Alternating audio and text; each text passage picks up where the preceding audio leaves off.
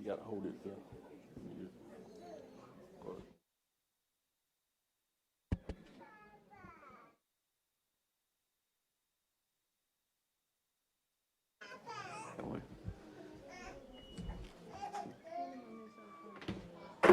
Good evening, everyone. I'd like to welcome everybody to our November 10th, 2025 Bladen County Board of Education meeting.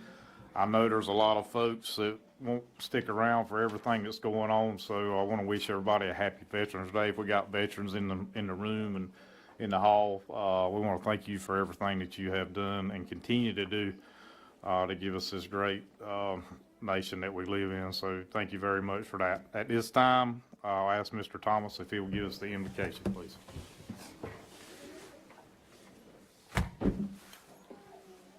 Father God, we thank you for this day filled with new grace and with new mercy. God, we thank you for the opportunity, God, to come collectively again to make decisions for our students, faculty, and staff. God, that you are giving us wisdom, that you give us the peace that will surpass all manner of understanding. God, that you would direct our path, because your word says that the steps of a righteous man are ordered by God. God, we believe you for the impossible, and we believe that you'll make provision for the vision. In Jesus' name, amen. Amen. At this time, we'll ask Blamer Primary School to come up and do the Pledge of Allegiance at this time, please. Yes, thank you, Chairman Singletary, board members. Tonight we have the following students who will be leading our Pledge of Allegiance. Angel Nava Navarrete, Coy Wilkins, Jackson Davis, Zanaya Canty, Kathleen Merritt, and Adrian Harris.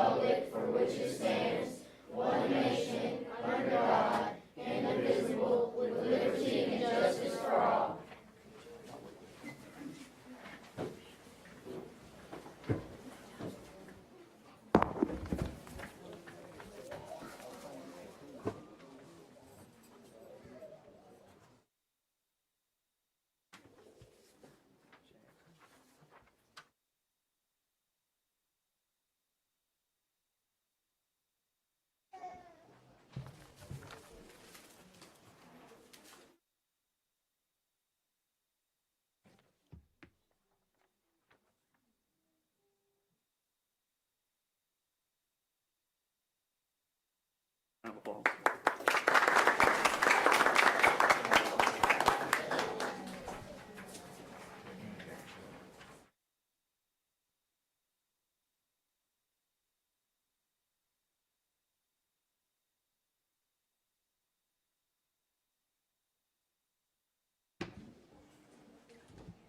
We make a motion to adopt tonight's agenda. We do need to make an amendment to the agenda.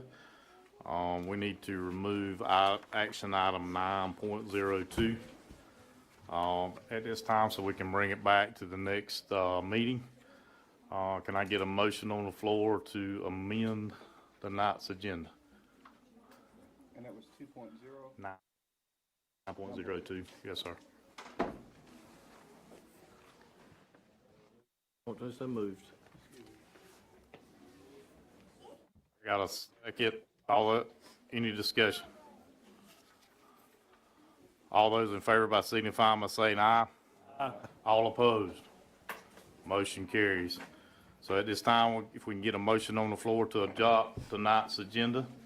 I make a motion that the agenda be adopted with proper corrections as we stated. Sir. Got a motion and a second. Any discussion? All those in favor by signifying by saying aye. Aye. All opposed?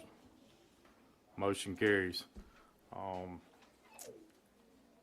I get a motion on the floor to approve tonight's consent agenda? I think that, I did go on and look at a couple things, and I think that if we have any questions, we had a thing pool. If there's one,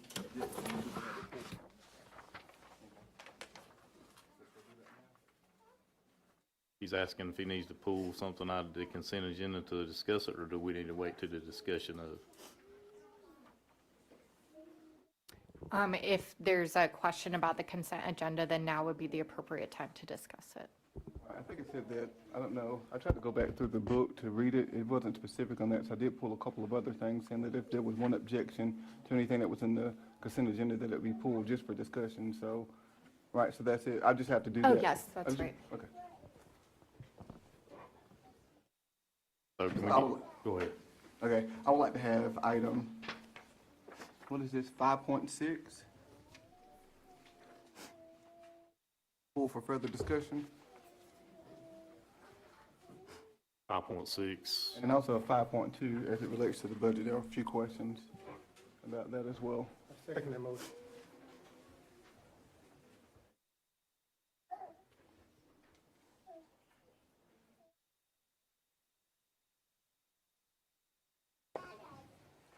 I second that motion.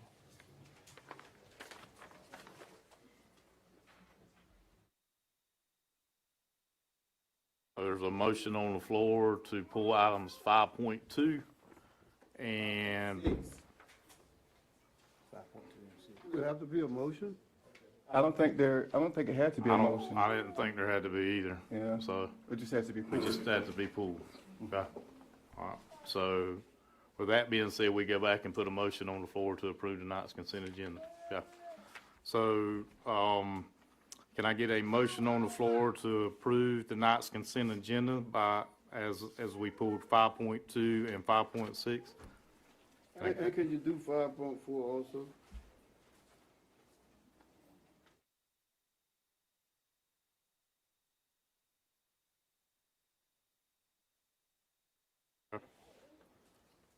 So 5.2, 5.4, and 5.6. Okay, that being pulled, can I get a motion on the floor to approve tonight's consent agenda 5.1, 5.3, and 5.5? Make a motion to approve tonight's agenda as stated. With the other sections pulled.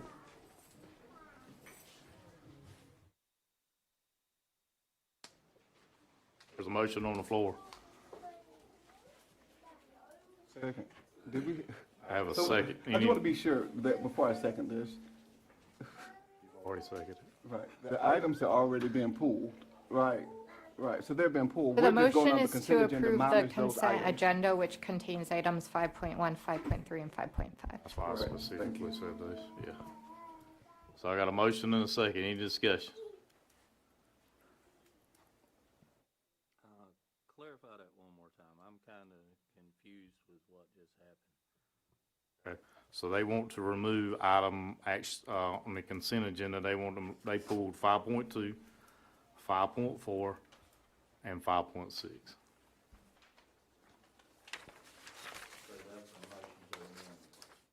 So currently, what's before the board is a motion to approve the consent agenda, which is just 5.1, 5.3, and 5.5. And those other items will be moved for discussion separately. So that's been done, so it's just approving what is now the consent agenda. I got a motion and a second. Any more discussion? All those in favor by signifying by saying aye. Aye. All opposed? No. Motion carries. So as far as bringing it up discussion, do we bring that up for discussion now?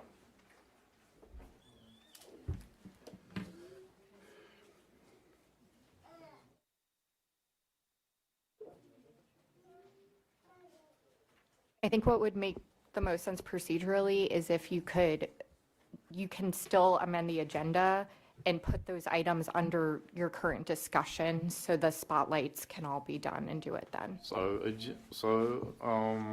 move it to the board discussion, is that right? Okay.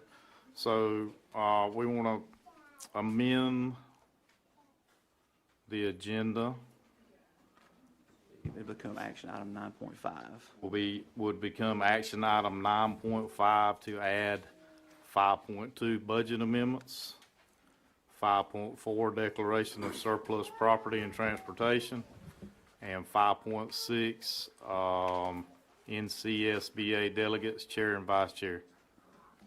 Can I get a motion on the floor? I think what was requested is that we move 5.6, and then the other two were added, but we requested that we move those to the next meeting. And that was already voted on and approved.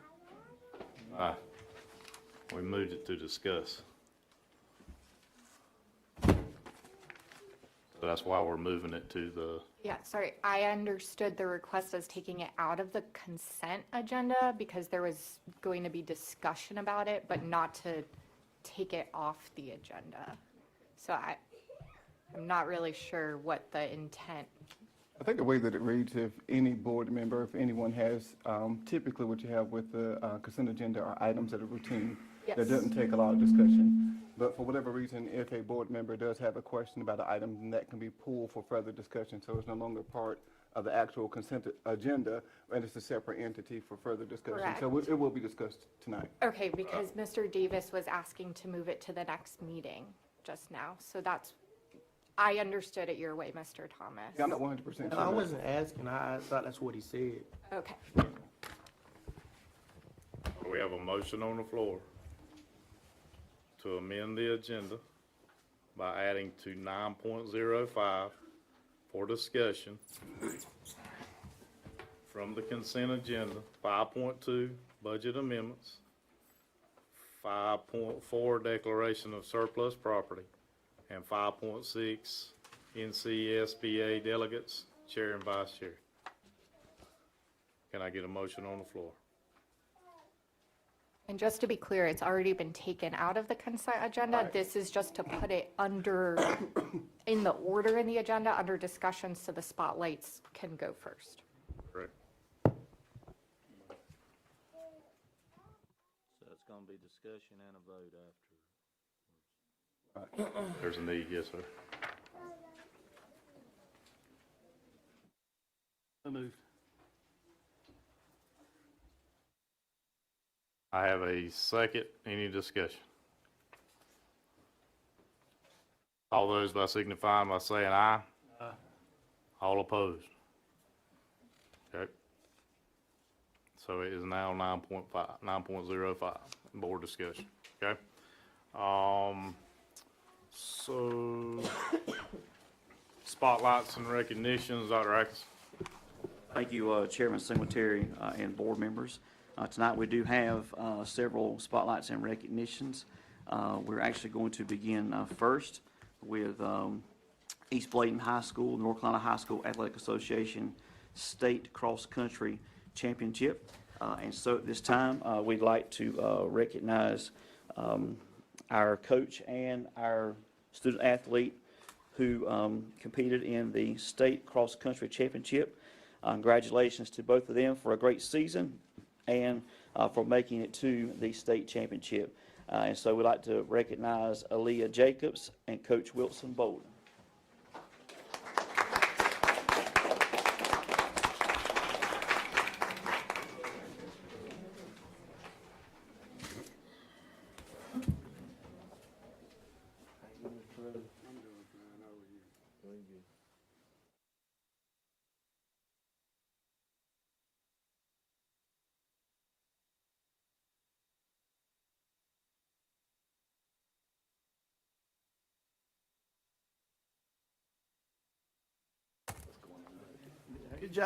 Good job, Coach. Outstanding. Stay up and keep pushing. Next, we have our North Carolina Association of School Business Officer certifications. Ms. Susan Harrison will be recognizing these folks for us. Good evening. It's with great honor that I recognize tonight some of our school treasurers. Our organization, which is the North Carolina Association of School Business Officers, give our school bookkeepers, our school treasurers, the opportunity to go to school and take classes it's 11 classes, and then they get certified in those classes. So tonight I would like to recognize some of ours. We have many that have already gone, but these were new in the position, so they have now taken those classes. We have Miss Gwendolyn Hines from Bladen Lakes Primary School.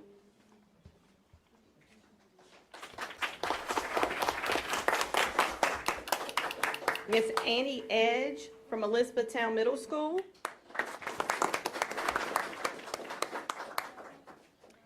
Miss Sasha Coe from Elizabethtown Primary School.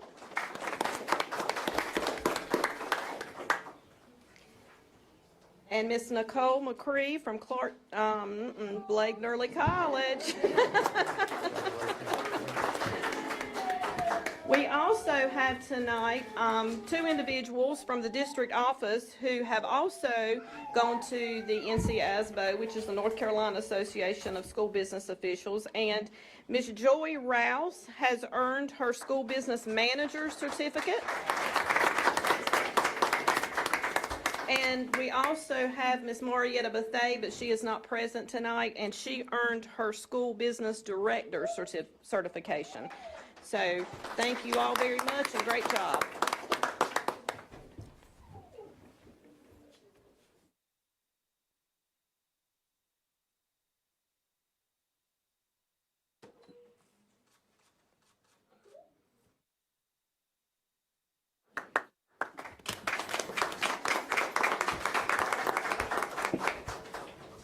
At this time, we'll recognize our Students of the Month and our Certified and Classified Staff Members of the Month. We'll do those by the school, and we'll have Ms. Priscilla Brayboy, our Executive Director of Human Resources, who'll be calling those names for us this evening.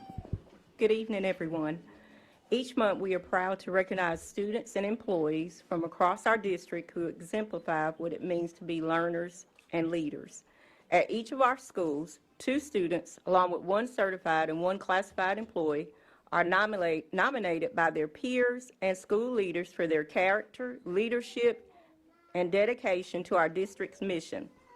Our Students of the Month represent the very best of their schools. Students who show kindness, responsibility, academic effort, and a commitment to personal growth.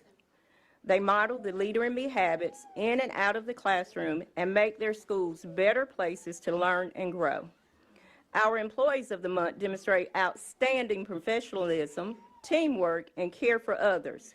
Whether in the classroom, on a bus, in the cafeteria, or supporting students behind the scenes, these individuals lead with heart and exemplify service and excellence every day. Tonight, we celebrate each of these honorees for the positive impact they make in our schools and community. On behalf of the superintendent, the Board of Education, and our entire school district team, I want to thank each of you for the example you set and for living out the values that make Bladen County Schools a special place to learn and work. So we will start with Bladen Lakes Primary School. Our Students of the Month, Serenity Carr, Stephen Lopez Eureka, our Certified Employee of the Month, Melissa Todd, and our Classified Employee of the Month, Gwendolyn Hines.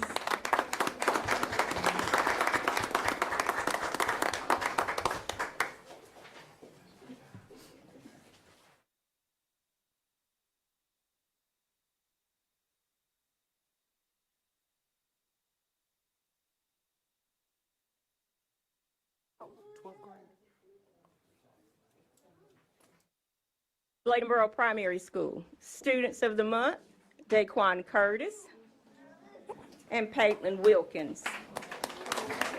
Our Certified Employee of the Month, Pamela Dyson Little, and our Classified Employee of the Month, Lisa Parnell.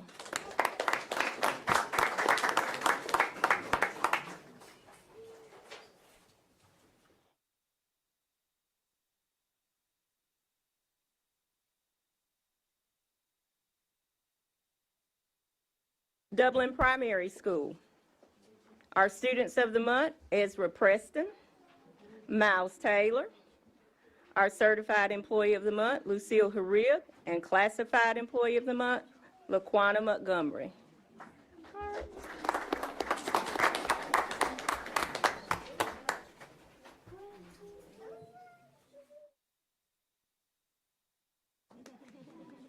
East Arcadia School, Students of the Month, Lily Arias and Juan Cabrera. Our Certified Employee of the Month, Christopher Wagner, and Classified, Wanda Daniels.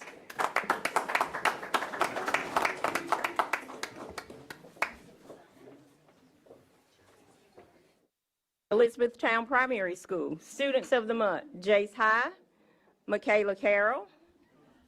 Our Certified Employee of the Month, Linda Hayes.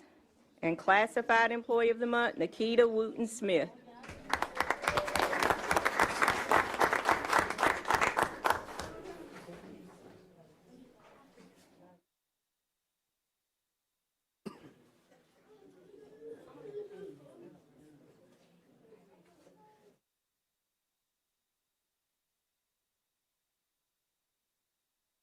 Tar Heel School, Students of the Month, Jewel Dry, Jakai Moody.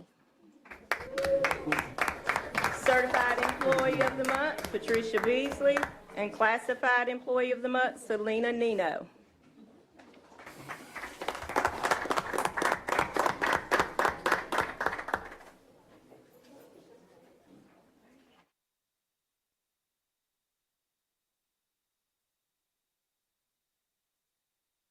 Bladenboro Middle School, Students of the Month, Emmett Brown, Jasmine Lopez.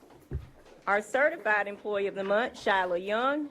Classified Employee of the Month, Tyler Creeley.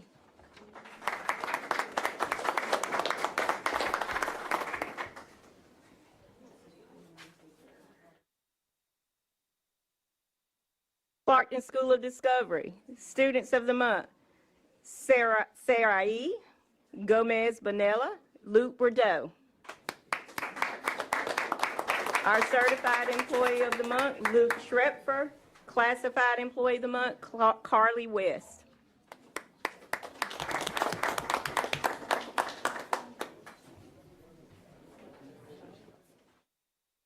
Elizabethtown Middle School, Students of the Month, Olivia Burton, Gavin Wu. Our Certified Employee of the Month, Beverly Van, and Classified Employee of the Month, Aurora Jimenez.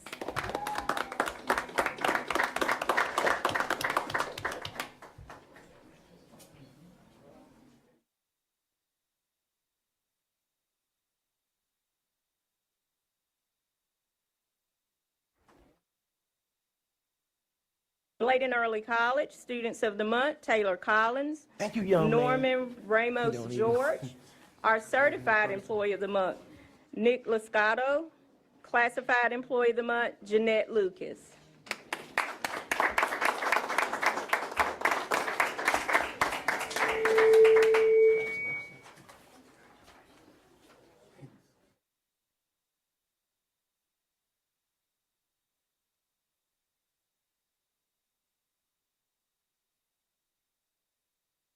East Bladen High School, Students of the Month, Jaden Hawkins, Jemiah Peterson. Certified Employee of the Month, Sabra Ludlam. Classified Employee of the Month, Ramona Murphy.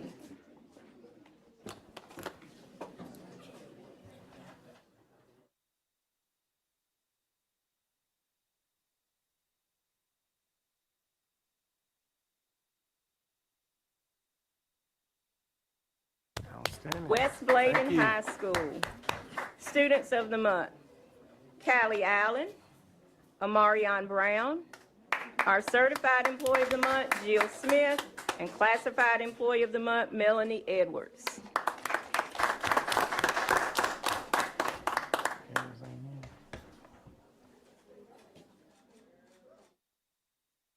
Congratulations to all our students and employees of the month.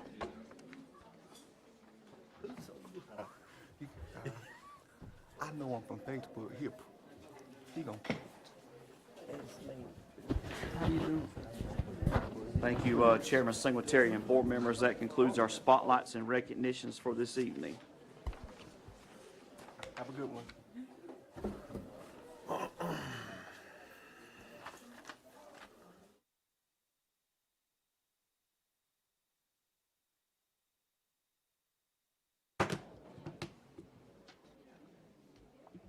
Okay, we'll move on to, action item, number 7, actually, citizen participation, sir. Thank you, Chairman Singletary and board members. We do have two citizens who have signed up to speak tonight, Mr. Edward Smith and Ms. Laura Johnson. According to Board Policy 2310, the first part of at least one regularly scheduled board meeting will be set aside for citizens to address the board through public comment. Each speaker will receive 3 minutes to present comments. However, the public comment session will not exceed 30 minutes total except by majority vote of the board. During the public comment period, the board chair will recognize speakers in the order in which they signed in. Substitute speakers will not be permitted, and speakers may not donate any portion of their time to another speaker. Board members will not respond to individuals who address the board during the public comment period. All speakers are expected to maintain proper decorum and civility. Personal attacks, insults, offensive language, or disruptive behavior will not be permitted.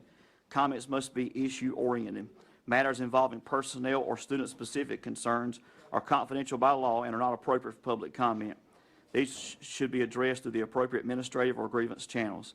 Individuals who interrupt, disrupt, or cause a disturbance during the meeting may be directed to leave and could be subject to exclusion for future meetings and/or school property as permitted by law, North Carolina General Statute 143-318.17. And first, we have Mr. Smith, Chairman Secretary. Smith.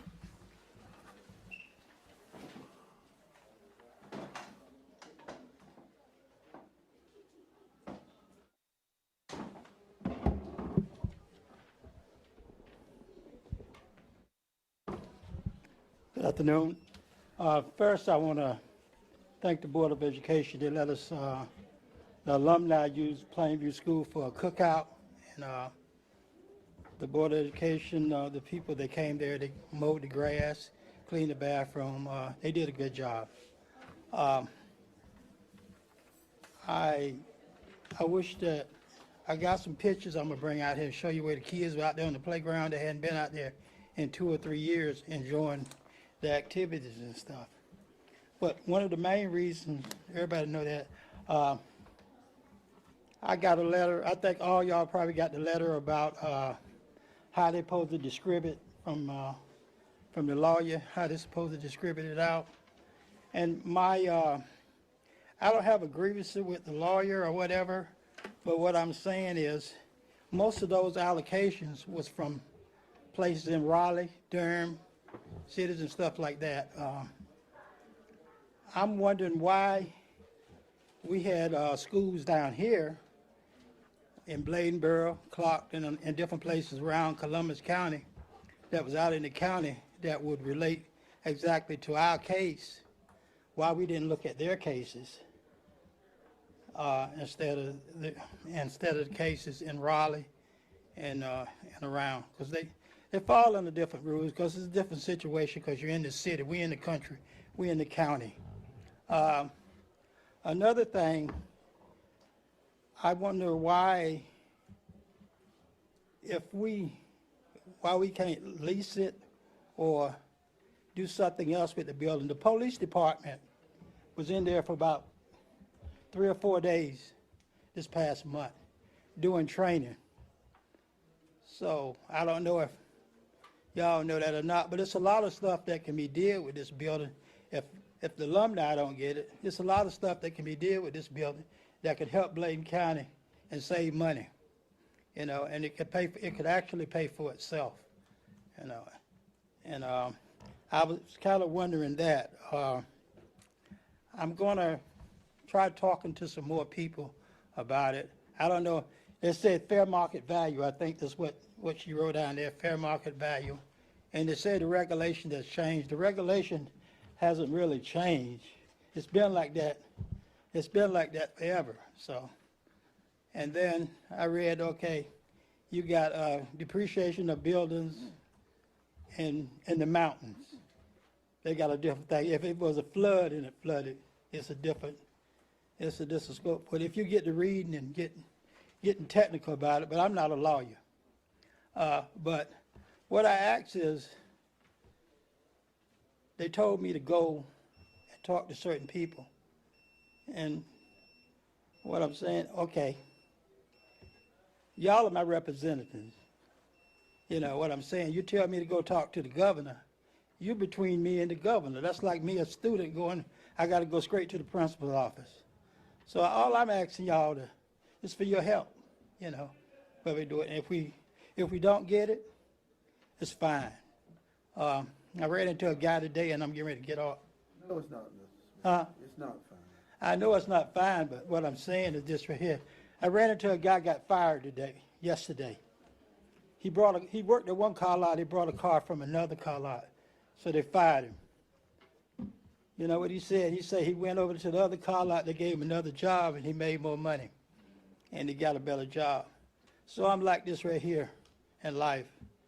I believe that God has something else for if we don't get this and we do everything that we supposed to do. But it's a need up there in Tar Heel. I'm telling y'all that right now. There's a big need up there, but I don't know exactly what button, who to push and what to push. But we are working for it, and I would like to use the school some more if it's all right, or whatever we have to pay or help clean up or whatever. And that's all. Anybody got any questions for me?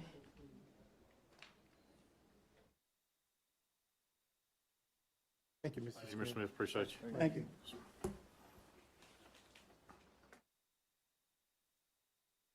Next, we have Ms. Laura Johnson.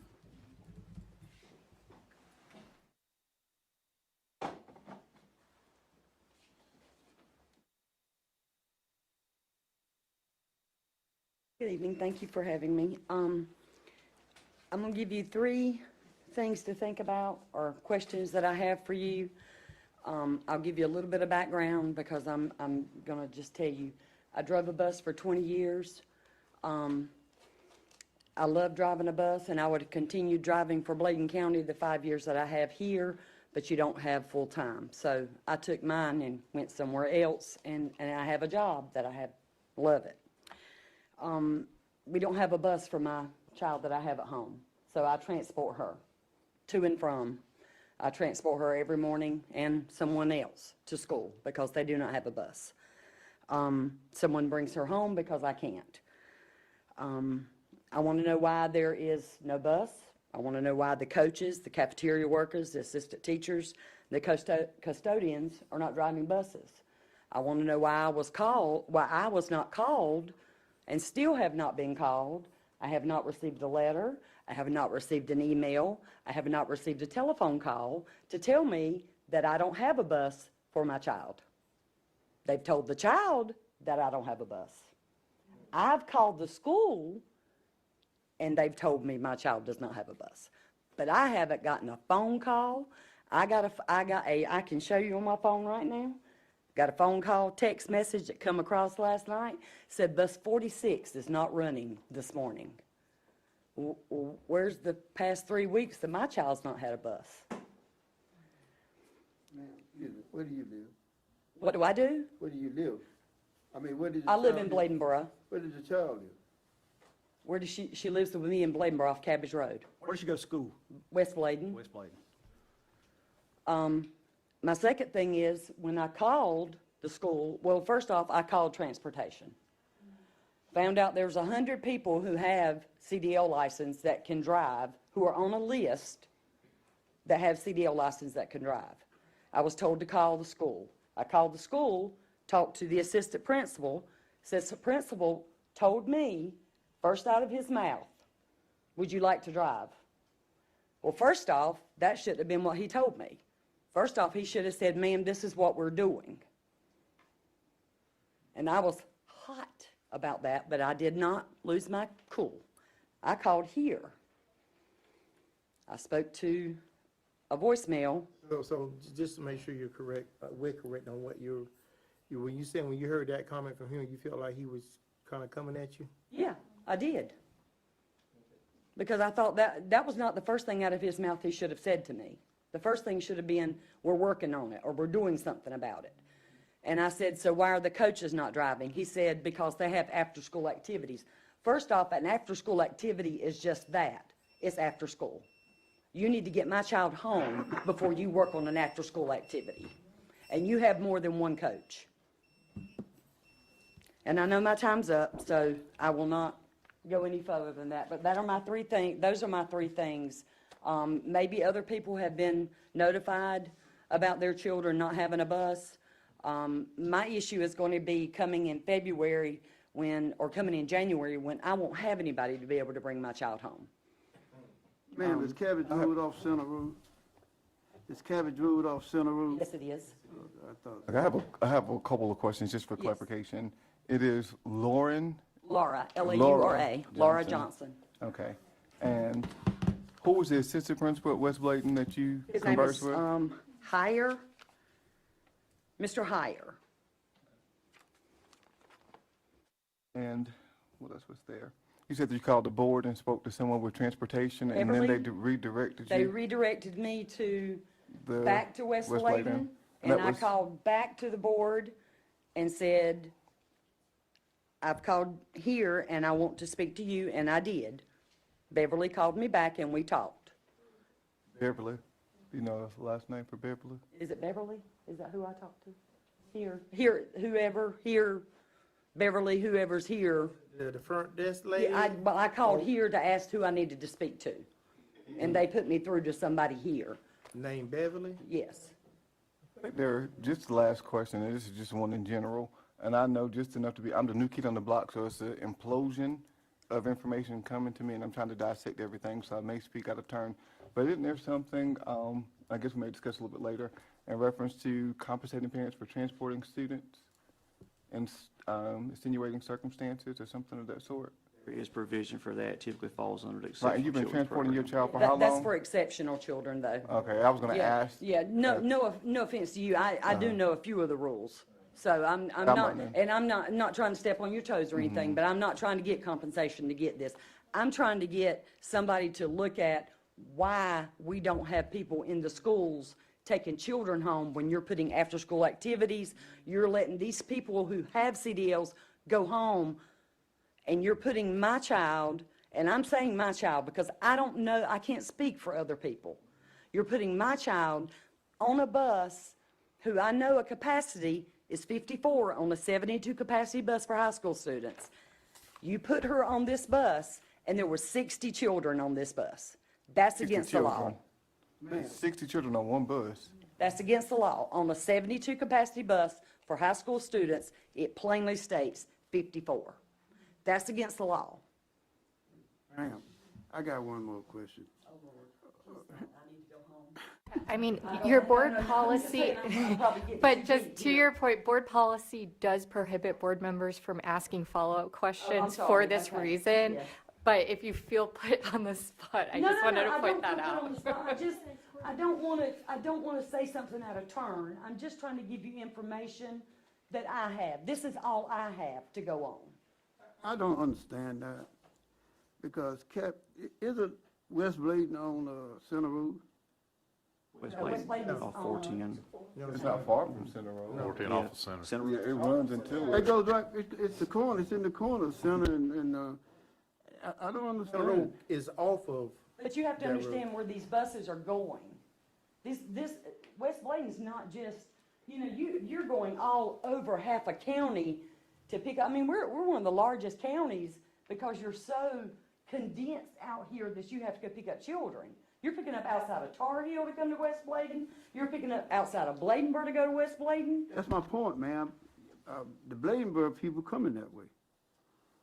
That's my whole point. But my child doesn't have a bus. That's what, There's no So- bus for her to ride. So, yeah, so information, thank you, we appreciate you. Yes, Chairman ma'am. Secretary, I will follow up with Ms. Johnson. Ms. Ellie Johnson's going to get her contact information, because this was the first I'd heard this situation as well. Gotcha. Yeah, But I thank you. appreciate y'all. Thank you. Yeah. And I understand that y'all have a hard job. I'm not trying to make it harder. We'll be in touch so we can get some more specifics. Thank you for the feedback, thank you so much. So, we'll move on to, information item 8.01, presentation maintenance project, design build opportunities, NC Public School Repair Renovation Funds, Centric team.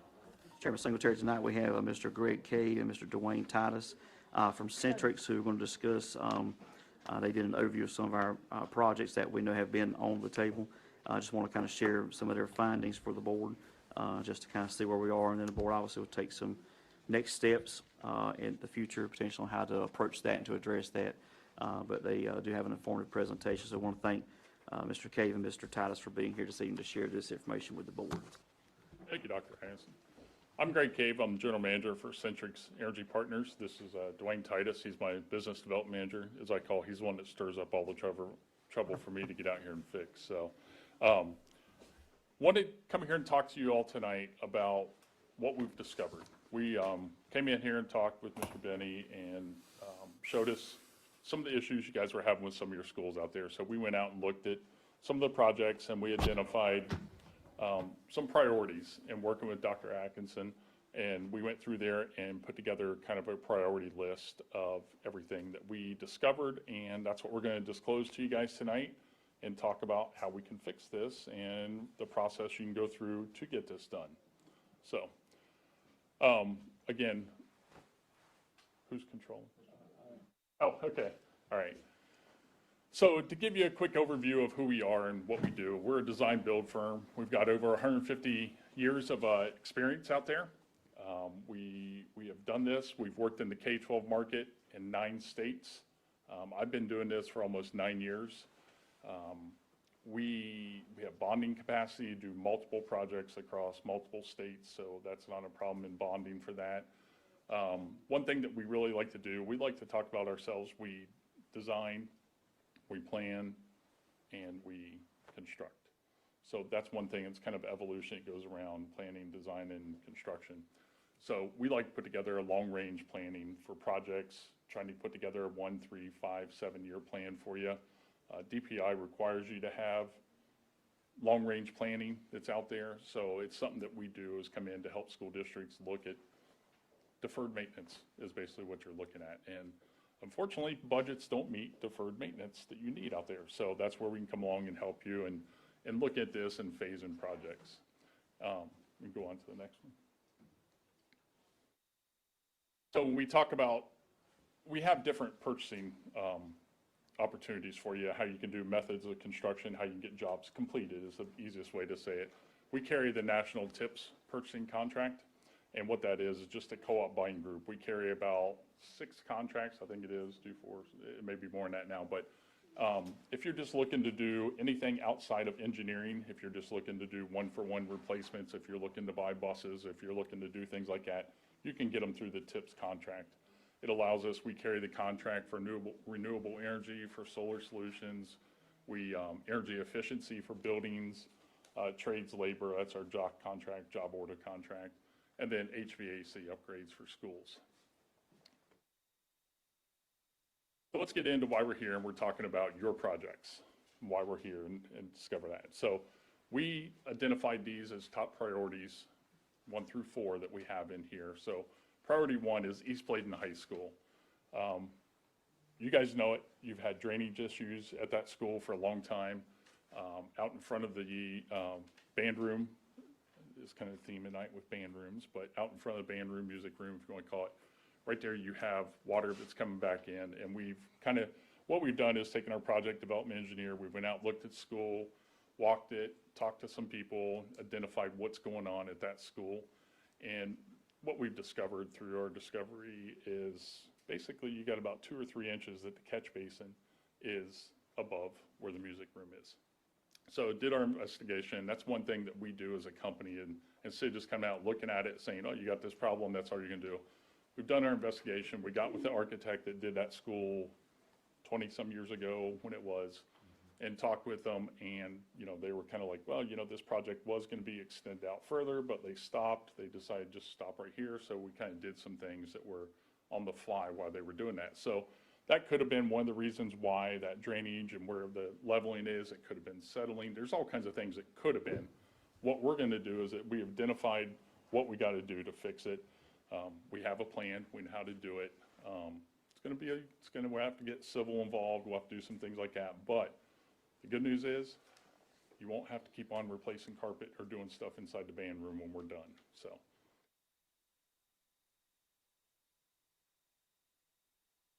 And these are just some pictures of what we're seeing out there. Whenever you have drainage issues, you're going to have erosion, you're going to have different things that are going on. These are just kind of cosmetic things that are going on that we see right here. But there are things that we're going to do, and we'll the next slide. Again, how the drainage, what's going on around there. And you guys have tried to do some things to this over the past couple years, but you can see it just hasn't helped. And that's not a way you want to treat a building like that. It's a great building that was built well. You just have this one little issue, and we got to fix it because that building needs to be there for a lot longer. here's what we can do. Here's our proposal on that. We're gonna come in, we're gonna excavate around the edges of that building. So we're gonna dig down about 8 feet. We're gonna have to excavate all the way around there because we've got to get down to where the catch basins and where the French drains are gonna be. And we're gonna have to go in there and excavate all that, put the satellite lasers on it and all that stuff. And we're gonna get the fall to make sure it falls into that when it goes out to the parking lot. But then we'll redo all the French drains all the way around each edge of it, tie it all back into catch basins, make sure those catch basins are gonna be lower than what the band room is. Because if that catch basin is higher than that, your water's gonna go back into your band room. And then we'll waterproof all the way around everything. We'll put all new waterproofing back around the outside when we dig down. That'll all be waterproof back around it just for protection, just in case we have a hurricane or something like that. That water can't catch up to get out of there. Priority number 2, Bladenboro Middle School. That one, we have a couple different projects that'll be in there, but the priority on this is the band room. So this has been kind of a big project that really is not going to take too much to get it back into shape like it needs to be. And you can have, I think it would make it the second band room in the district. So what we can do there is we're going to need to do a HVAC replacement, not major in that, but we're going to have to do something. We got to get better airflow, and there's a lot of humidity, and we don't want any of that mold and everything that's in there. We're going to have to create a boys and girls bathroom just because of DPI standards, that if you're going to have classes in there, you got to have a bathroom for both boys and girls. And then generally, we're going to do a refresh. We're going to work with a company that specializes in band rooms. They're going to make it look like a band room. It's going to sound like a band room. It's not going to echo. It's not going to have that. We'll do lighting, freshen up paint, new ceiling tiles, and just make sure the outside, the exterior is not going to leak is what we're going to do. The next one proposed, that's the renovations. That's kind of what, that's not exactly what it'll look like, but we're just kind of giving an idea of what we can do in there and what we can turn it into. The good news is they don't make band rooms like that anymore where they have the built-in tiered levels. And that's a great thing that you guys have there already, so. Want to preserve that as much as we. Yeah, and we'll do band storage, and it'll size to it to protect all that equipment is what we'll do. Priority number 3 goes along with Clarkton and Bladenboro Middle School is those gyms don't have the capacity to cool. And I'm a former basketball. We didn't like sweating in those gyms all the time, even though they're going to make you do it. But we do have a solution for in there to come in, put new HVAC in there, and try to abandon those corner heaters that are in there and fix the windows if we need to, since that was the only way you got air conditioning is having those windows open. So this is what it can look like. We would come in, we put a whole new unit in it, we'd run it up, and you would have duct socks. So that way it distribute air throughout the whole place in there. And abandoning those.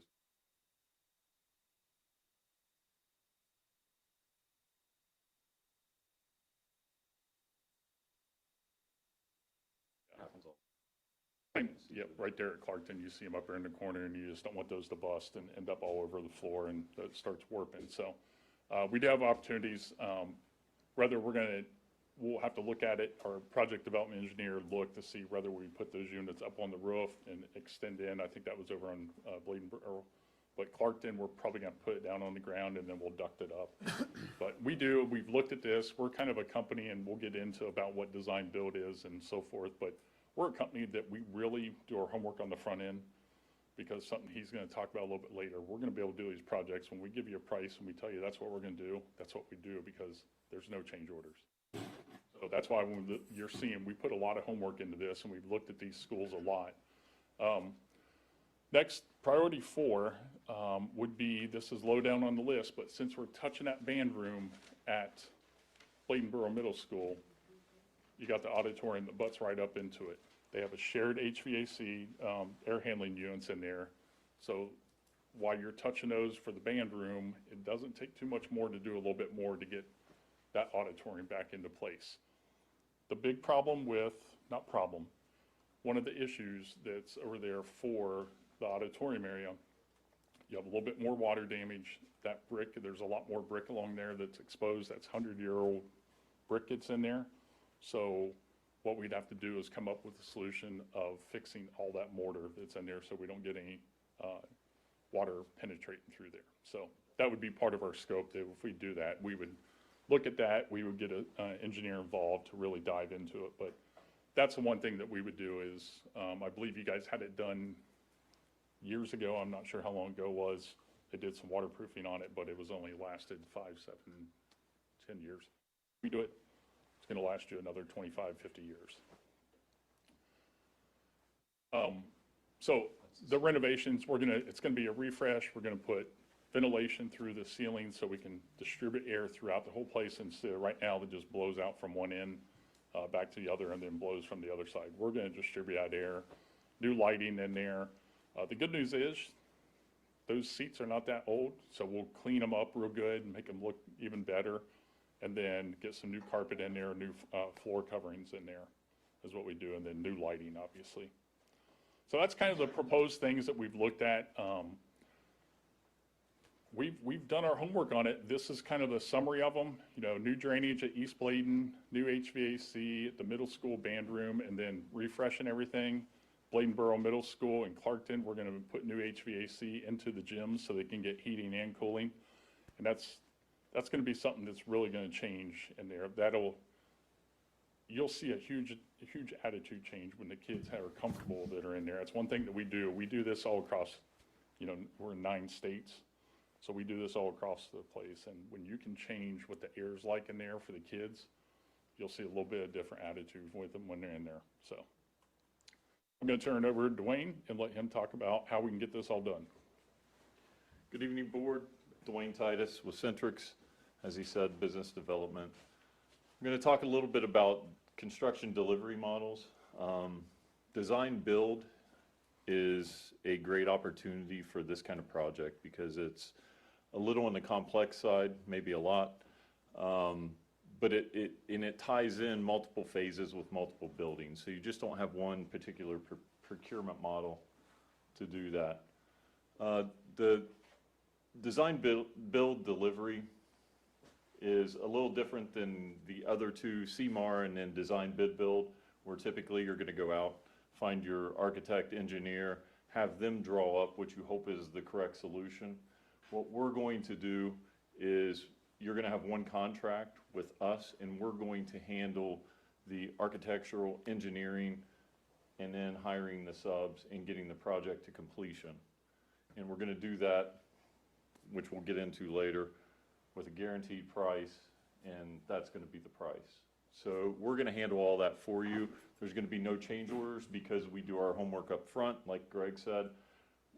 We're actually communicating, collaborating with you. What do you want on the front end from an aesthetics, from a functionality standpoint, but also we want this thing,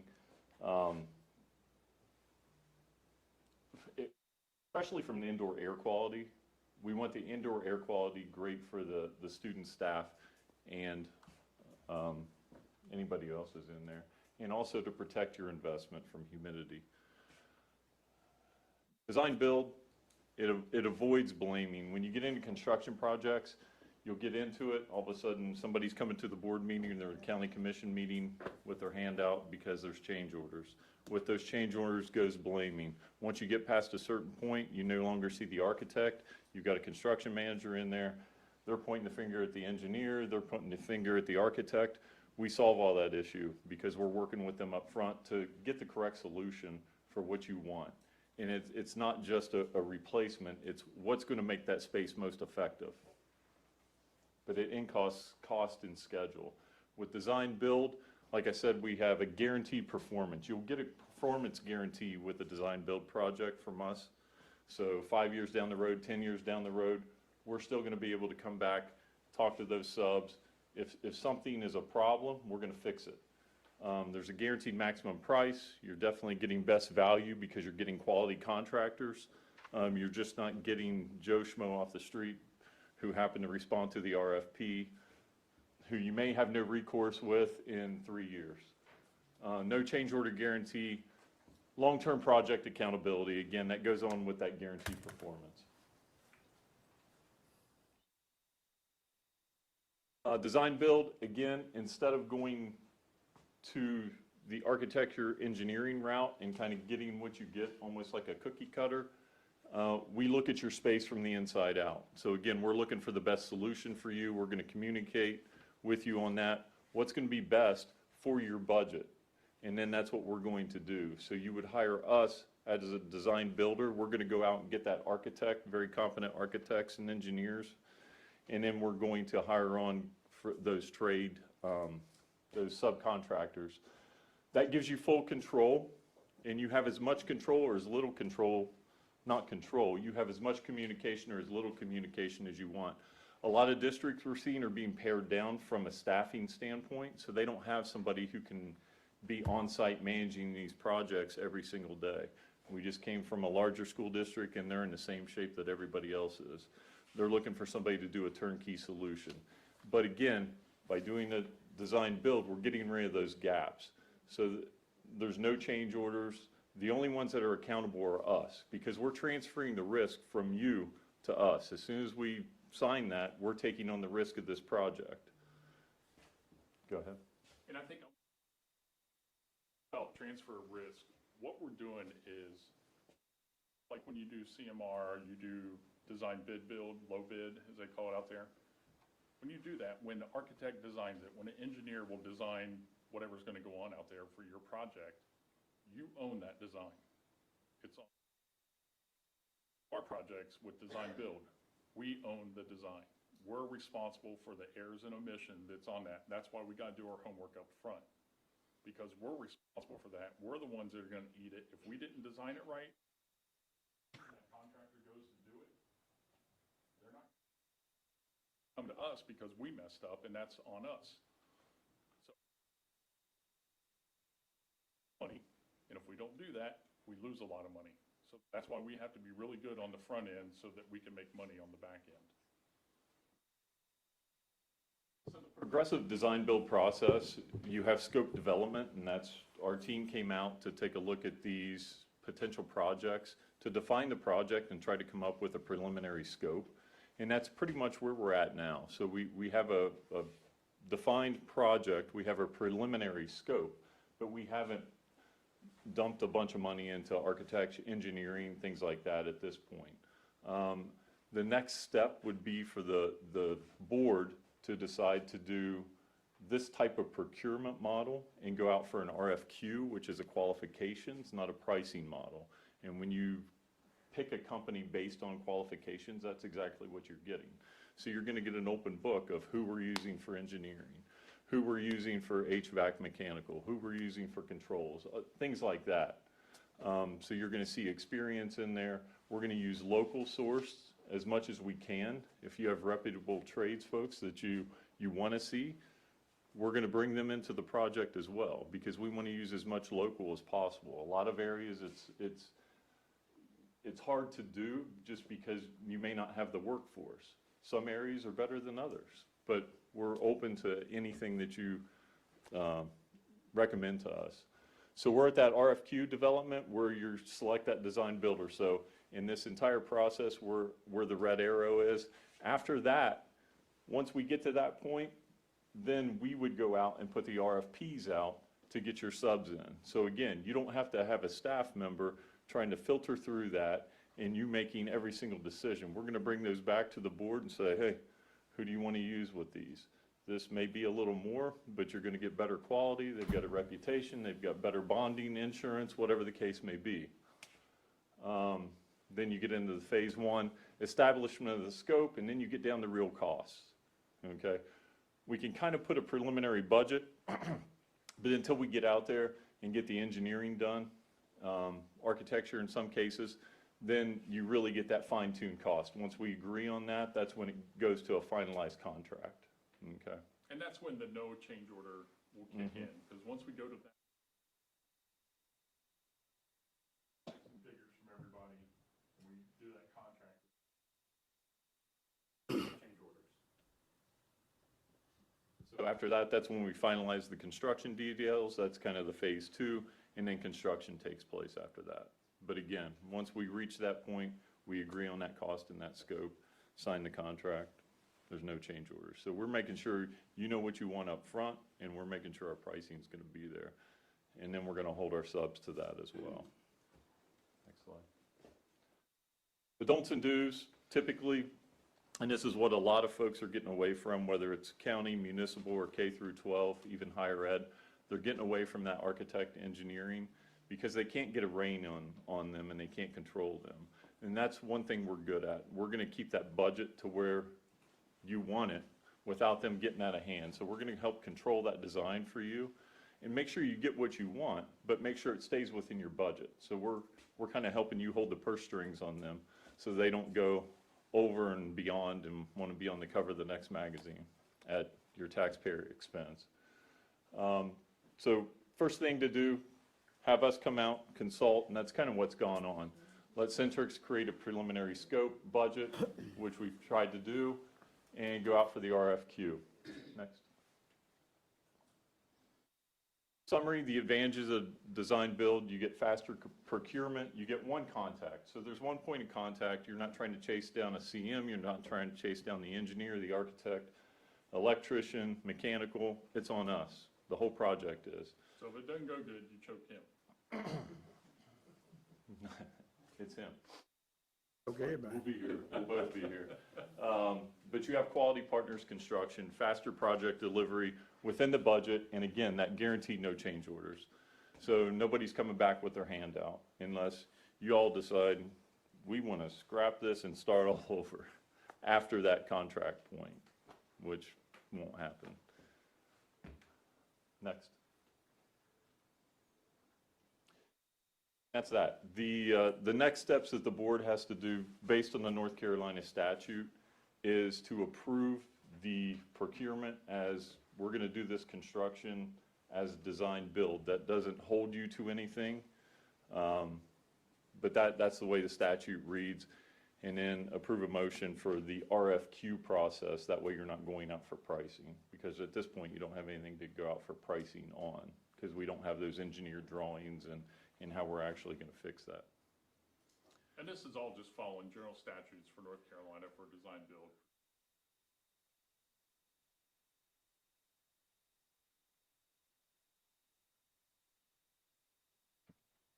I got a question. Where you guys from? I'm in Wallace. In down Surf City. Not originally from here. Mm-mm. What would be some local projects within 100-mile radius of here that you've tackled? So I've done the projects round. I've done Harnett County. I've done. What have you done for Harnett County? I'm sorry? What have you done for Harnett County? We put a freezer. They did a freezer, outdoor commercial freezer. Well, we did that out there. So start the whole building to put the big commercial freezer in there. There's one of them that you drive forklifts in and stuff. Yeah. In Buncombe County, Mooresville, I did the first K-12 design build project in North Carolina. That was with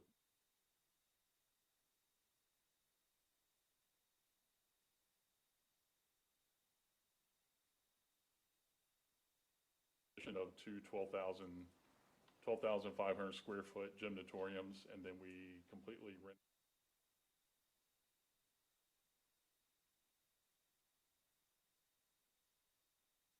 I'm just trying to draw a fine line between the RFP, which I'm used to, accustomed to, versus the RFQ. Seems as if you were saying the RFQ, you don't get the pricing up front. You're more so looking at the quality, and you all being, I guess, general contractors, because the other items would be subcontracted. I think you mentioned the electrical and some of those things. RFP, you're going to get more of a handle on what the expense will be like in the beginning. That may increase. I know there are a lot of times that if it increases more than 10% or something of that sort, then there's a little more negotiation room, meaning that whoever has the contract, and it's not the school district that eats all of that overage. Well, there's a lot of contingencies built into those type of contracts, but what happens, at this point, you don't have any skin in the game because you haven't went out for an engineer to get that big bill or architecture to see how to solve the problem. We're bringing a solution based upon, we're very heavy in engineering, and that's our big plus, because then we can come up with a budgetary scope. Because we're going to have we have in-house engineering, in-house controls, and so that way we work that way. But to answer your question, RFP versus RFQ, RFQ, you're getting the most qualified company to do your project. RFP, you're getting the cheapest possible project to do your project, is what you're doing. After, but they haven't communicated. So you went over here to get a drawing, and then, okay, read the drawings. Subs may come in and say, that's not gonna work. And the engineer, no, it's not. I've done this 10 times, it's not gonna work. So now the engineer has to re-engineer it. Well, that's a change order. So you're gonna pay for that change order. Or if the sub does it and it doesn't fix the problem, who's responsible? So now all of a sudden you've got all these people to point at because you own the engineering, you own the drawings. We're still, once we go out for RFQ, we go through and do the design on some of these we're not gonna have to do any design on. We can just, put the project and do it. We're still going to go out for RFPs. We're still gonna go out and get quotes for everything so we can get the best value and best price for you. If, like you said before earlier, if somebody is higher, but you wanna work with them, we're gonna try to negotiate with them, but then you have that choice to say, I wanna work with him because there's best quality, even though it's a little more pricier. Yes, sir. But that takes away all the bidding in this project. Well, no, we're still doing bids. We handle all the bidding. We just handle all the bidding. then bring it You're to you. hiring us on to handle all that part. Because we're gonna still go out and bid for whoever's gonna be doing, digging the ditch, that we're gonna have waterproofing. We're still gonna bid out to people to have them come in to get the best value, best price. Because we design to the budget is what we do. That's the best way to determine this is we design to your budget. So that's what we're gonna do is we have a budget set, that's what we're gonna design to.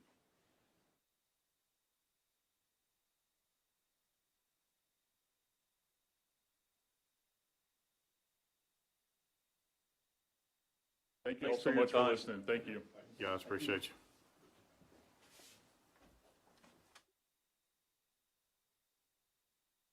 All right, we'll move on to action items 9.01, authorization for study and anticipated timeline of closure of East Arcadia Primary Consolidation with Clarkton School of Discovery. Dr. Atkins. Thank you, Chairman Singletary and board members. Under action item 9.1, as I shared in my update last month, we obviously are collecting information and gathering that based upon the General Statute 115C-72. There is a process that has to go through. And so first of all, the board will need to authorize the study, which we have started getting things together for. But obviously, you want to make sure that it's well-rounded. It includes, there are several statutory things that are listed that are required as a part of that for the board to review. Also, from that process, there's a timeline of how those things could progress. Those dates are not necessarily, that's just for kind of an example purpose of how that could move. But for those that remember, back in April of '24, there was an initial district restructuring and realignment plan that was discussed with the board. And in May of '24, the board approved phase 1 of that, and that dealt with students' enrollment going to Tar Heel School. It also dealt with overages at Bladenboro and Elizabethtown Primary, some restrictions there on transfers, and a couple other things. It also moved doing with the 5th grade, going back to those to 3 of those elementary schools. And so at this point, obviously, we want to follow the statute and have the board to have all information that's necessary to make any kind of informed decision if the board chooses to make a decision to do in that. And so what we're asking the board to now is a recommendation that you all just authorize the study as required by law. This is required anytime the board's considering a closure or potential consolidation of any schools. And this study will provide information necessary for any kind of potential closure of East Arcadia and consolidation with Clarkton. If that was to take place, the projection would be a K-8 school in the Clarkton area with a potential effective date of June 30th. Again, this is all hypothetical with potential dates. What would have to happen also as a result of statute is once that study is done, that we brought back to the board, information from that study is shared. Those required areas in the statute that are provided will be reviewed. That will be for information. At that point, the board would schedule a public hearing. That is always required anytime the board is considering the potential of a closure or consolidation, and that would provide an opportunity for feedback from the public, and could be on either both sides. That could be closure or consolidation. That's also typically done too as well when you look at doing any kind of redistricting across the district, which that is a potential other opportunity we'll be looking at, as we have already alluded to that, and that was also a part of that initial plan a while back. And so what we're asking the board tonight is just to authorize the study. We're not making any decisions for closure or consolidation. It's just to authorize the study so that can be finalized and completed.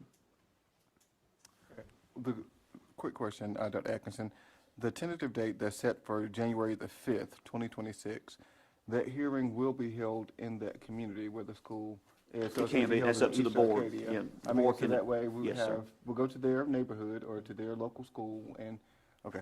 Is that generally how it's done, or is it? I've seen them done both ways. It's just up to the board. What would happen is if say everything was ready, we did the study at the December 8th meeting, you all would determine the date, time, and place of the hearing, set all that. You'd also set up any rules for that hearing in terms of like time limits and that kind of thing. And so all that would be at the board's pleasure, and that would give obviously time to be, it's got to be advertised appropriately so that folks would know where that would be at. But it has been done at a school, it has been done in that general community or area. In this case, if you're looking at two, you'd be looking at East Arcadia and Clarkton, because both will be impacted if that was, where that would be. And so that could be anywhere between that, could be at one of the other sites. And it could even be in the board's meeting room. They've been done different ways, but when that recommendation is made, the board will set that, and so whatever the board's pleasure would be, you all have total flexibility in where that is. It does become a special call meeting of the board, and so, obviously, we'd have to have a quorum and all that kind of thing present for that meeting, and so that'd be important, and again, that could be in any date. That was just, again, for kind of example purposes if you were to progress, and typically, obviously, there would be no decisions made that night. It's just, hearing information on both sides of those, of that study. You may have some that speak either in favor or against, depending on what that recommendation would be. And then obviously any actions would take place at a subsequent meeting. But you all have full flexibility on that. This is my final question. Faculty, staff, and students at East Arcadia School, has there been any type of conversation with any of those stakeholders, and that hearing us live is not the first time hearing official talk of possible consolidation or anything of that sort? I would hate for a teacher or librarian, bus driver, to hear that live without having the respect to having those conversations prior to. It has been obviously, part of even back in the other plan and talking about options. I know that this was considered even several years ago at one point, and no other progress was made at that. But, obviously, when we get to the point of a study, part of that, what we'll do is to schedule a meeting with both those faculties as well to get share kind of information on where we are. Obviously, we don't want to get ahead of anything because the board needs to have the information, obviously, first, but we would be doing any kind of, meetings with faculty kind of in line with the potential scheduling of a hearing. And so, obviously, again, it's been part of this general conversation, those specific meetings set aside for that particular purpose. But, obviously, it has been brought before in several different ways. Obviously, I think the thing at this point is with the study, it does outline everything. It talks about impact on students, staff. You look at various types of things. And so part of that, we believe, too, might be is to garner some information from faculty and staff as well at that point. And then, obviously, part of that, when you talk about cost and things like that, you outline plans in terms of faculty, staff, student, any potential student reassignment, or, again, depends on which direction it would end up going.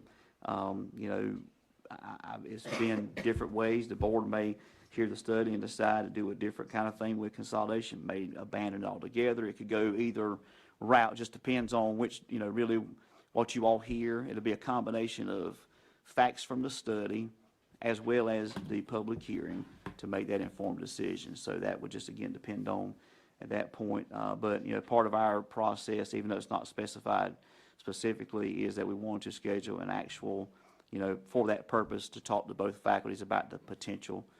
That may be a potential and get more, direct about that rather than just in general terms.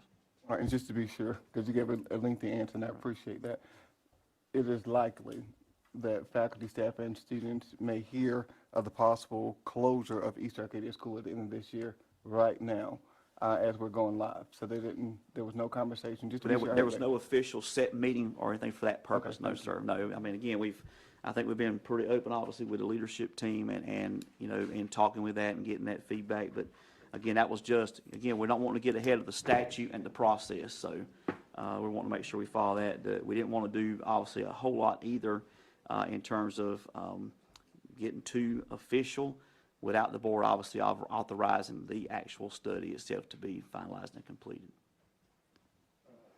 Couple of questions on Jason, if I may. How many students do we have at East Arcadia School?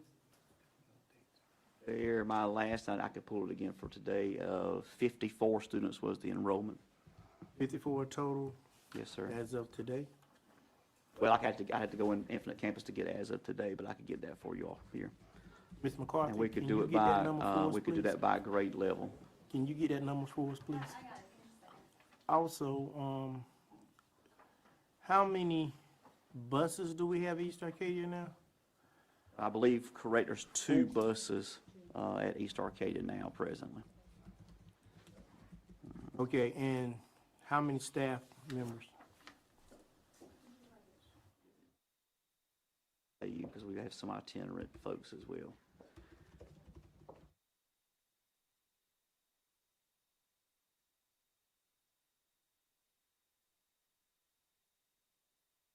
And then I like the same thing on Clarkton School Discovery. Staff members, bus, and students. I'd have to get the bus to be sure. I think Mr. Carthy can think get it it's for us 3. there. Well, in terms of the bus, that wouldn't, Mr. McCarthy wouldn't have that Yeah, he information. probably wouldn't have No, that. Ms. Murillo's actually, how many buses do you have, Ms. Murillo? We have 3 buses. 3 buses, that was correct, okay. Enrollment as of today at East Arcadia is 50. Okay. Clarkton School Discovery is 128. 28? 58, good. Okay. All right, and as Staff members? in terms of staff, I'm pulling this up now.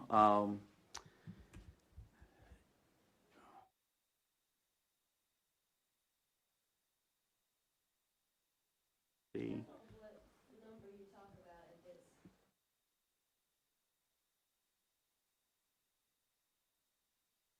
Those that are committed to your school, no matter what they teach.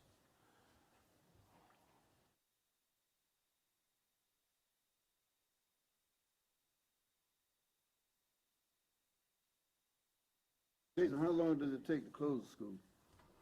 Well, it just depends, Mr. Rhoda.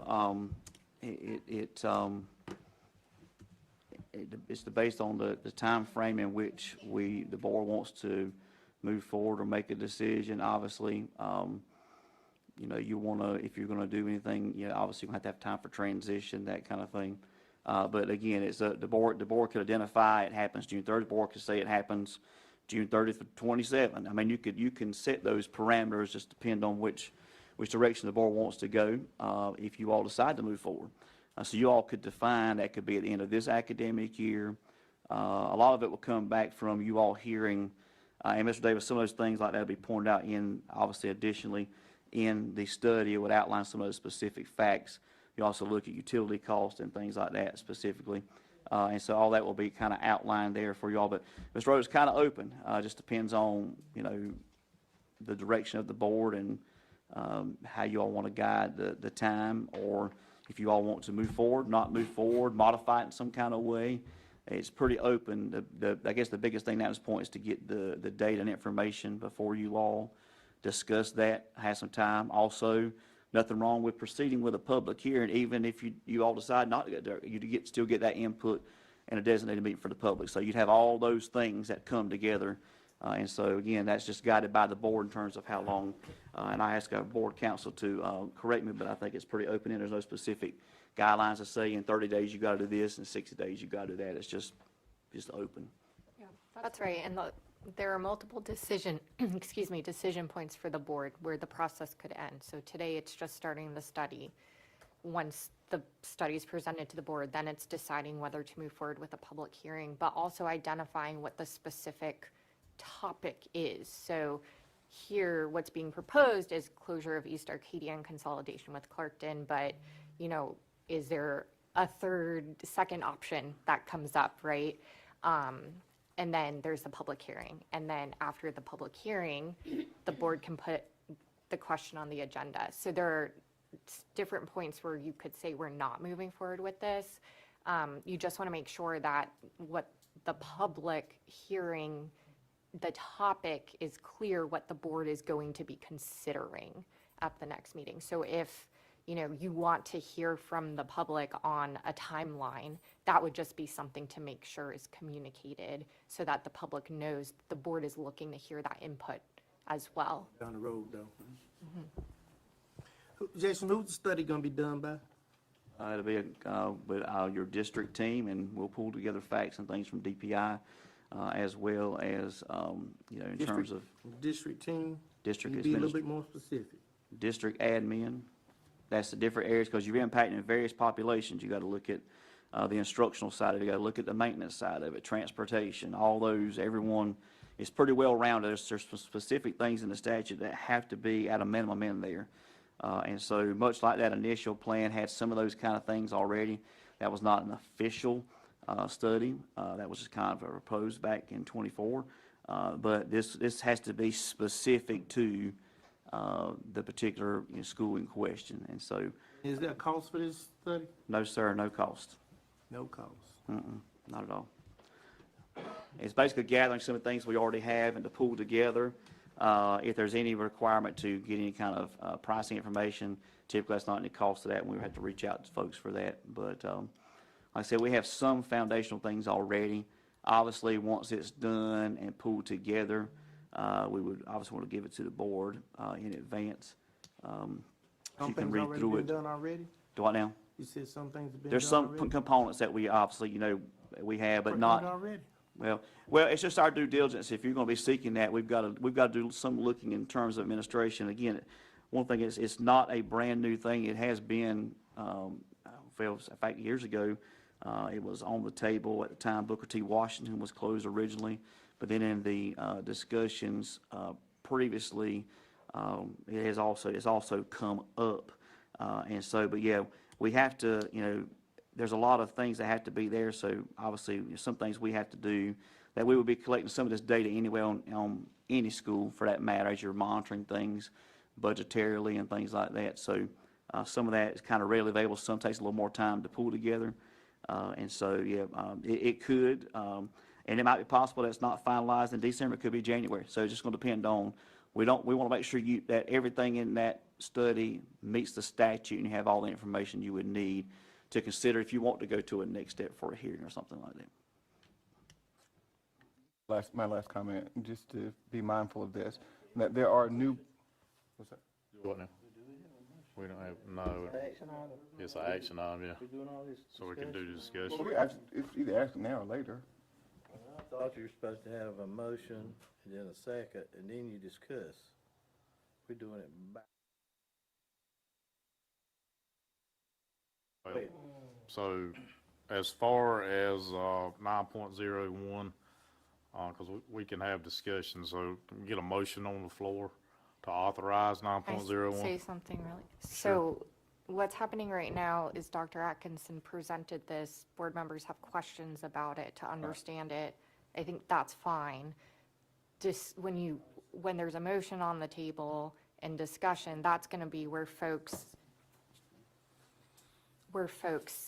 can voice their personal opinion about it. So that's the distinction. So if there are further questions to understand the matter, I think We can proceed with that. That's fine. before the motion, yeah. So if I may proceed, Dr. Atkinson, just be mindful that there are those of us who may be active in the community but new to the board. So even though those conversations took place 2024, early of that year or years prior to, that we were not privy to the discussions of private closed session, or anything of that magnitude. So we're just kind of getting, well, I'm going to speak for me, getting caught up on different things. So that's why I have a lot of questions, because I've not been privy to any of this, because it predated me becoming a board member. And I can resend those items out to everyone to go back and look through That's those. always good, especially if Yeah. conversations took place in 2023. We've had conversations from one month to the next, and things have been lost in limbo. So multiple years have passed, and I think that's not likely that everyone will remember what. And part of that, obviously, our intent was to put that with the other studies so that it could be side by side.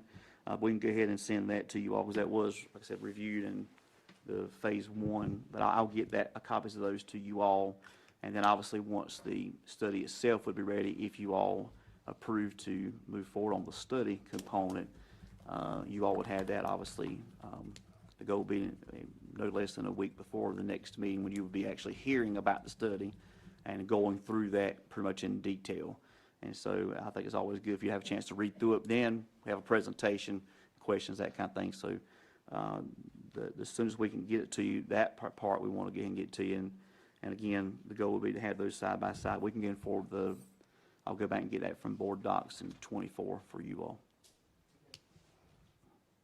I'm sorry, did I miss the East Arcadia staff? What was that number again? 13. 13 Clarkton. 13 was Clarkton. That was Clark. Yeah, that was Clarkton School Discovery. East Arcadia staff. Ms. Brayboy, do you have that number? I don't have the total number.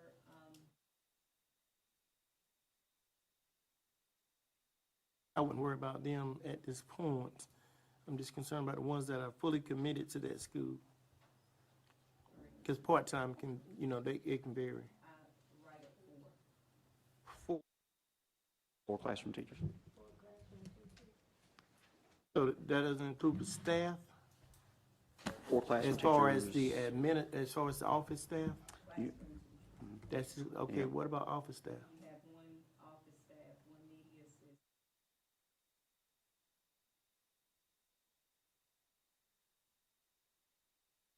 Are we talking about 6, 5, 7? I thought it was 8.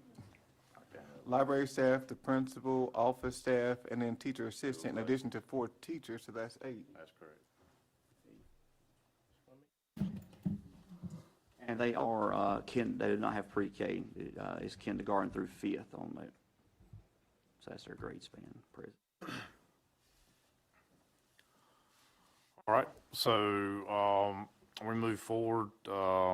Action item 9.01, can we get a motion on the floor to authorize the study and anticipated timeline of closure of East Arcadia Primary and consolidation with Clarkton School Discovery? Motion to approve 9.01. Second.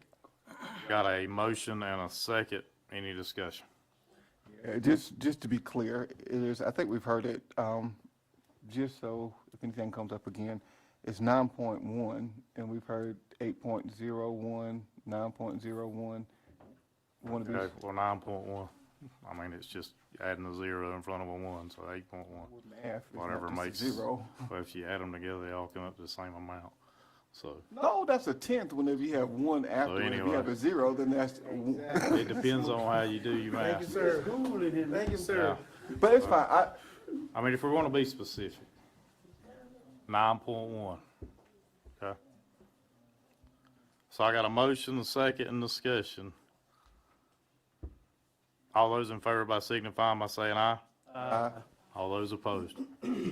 Motion carries. Move on to action item 9.3. Thank you, Chairman Singletary and board members. 9.3 is relative to the retesting for the EOGs and the EOCs, EOG end of grade, EOC end of course. Provide the board a copy, I think some time back, the question about retest and specifically dealing with the 3rd grade retest and what that looked like was brought before and some discussion. And so we did get the memo from DPI that does outline the retesting options, and the EOG is an option for the 3rd grade for reading. And so now one thing that is new in terms of the retesting is that now parents must give advance permission before any retesting is done. We can't just say regular administration of the test and say we're going to retest the next week. A parent has to give consent before a retest. So that is something that's new. Obviously, there's a clause in there for summer program if funds allow. We do have a third grade reading camp that the state does fund. However, and typically another assessment is given at the end of that, but that's actually the second opportunity they could have that in terms of the retest. And so what we're asking the board tonight to approve is to just reaffirm that we will move forward with the retesting. We will seek parental permission, and we're going to state that the retest for third grade reading will be the end of grade assessment for North Carolina. That read to achieve test that had been given, that will become then secondary. That is typically given at the end of a reading camp anyway. And so what we're asking you tonight is to authorize us to move forward with the retesting, to seek out parental permission. We're going to go ahead and try to get that early. And so that way we got plenty of time before we get to test. Now, high schools, obviously, they're going to be testing in December. They have finals for the first semester. And so their push will be a little bit faster. And their window's actually smaller. They only have a 5-day test window at high school, which is tough to get in. And so what we're asking you all not to do is authorize us to move forward with retesting, to again seek out parental permission for all assessments that we're allowed to, and that we're designating the third grade reading EOG to be the test for the retest given to third grade students. That will be in May when they test at the end. So, yes, sir. We've just got to go ahead and turn in to the state what our intent is in terms of retesting. So I want to get the board's authorization to designate that one assessment for third grade, because you do have two options there. And one thing with the EOG reading, it does let that count for growth and proficiency, because when you look at the read to achieve, you're only getting, are they becoming proficient? You don't get that growth measure. And so that helps the child, that helps the teacher, that helps everyone. So we're asking the board to approve that tonight for the retesting for our 25-26 school year. As a follow-up question, do you think that this approval will help increase test scores? Yes, sir.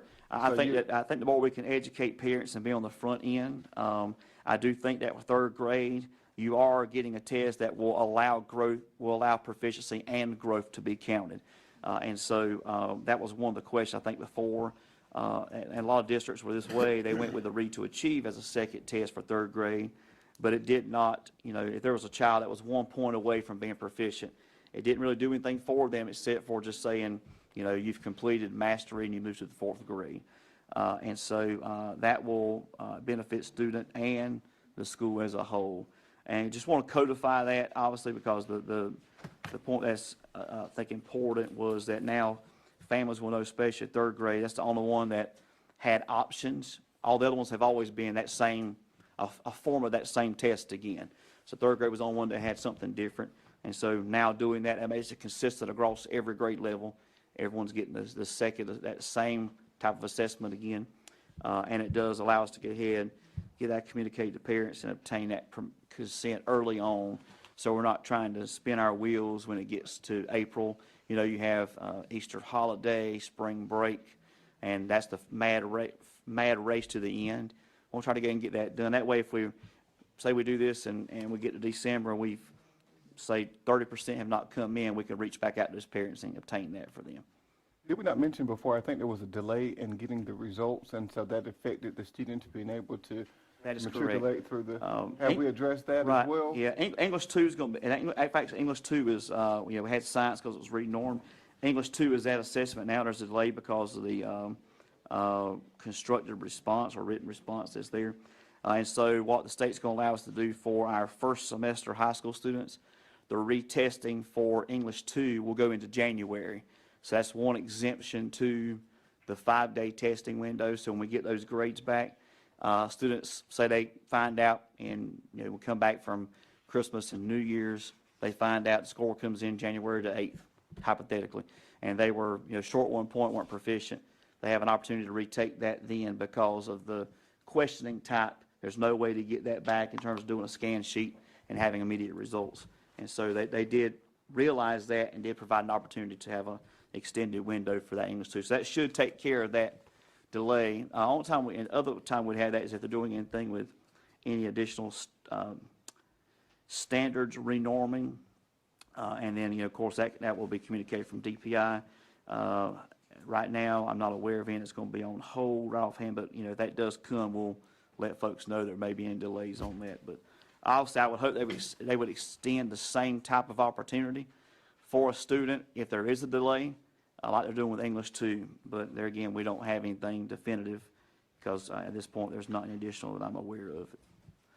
But I think it's a good plan. I think it's good to get that consistency. And I think it's good to go ahead and start early so that parents have plenty of time to know what the options are. And a parent could always say, I don't want my child retested. That's the parent's right.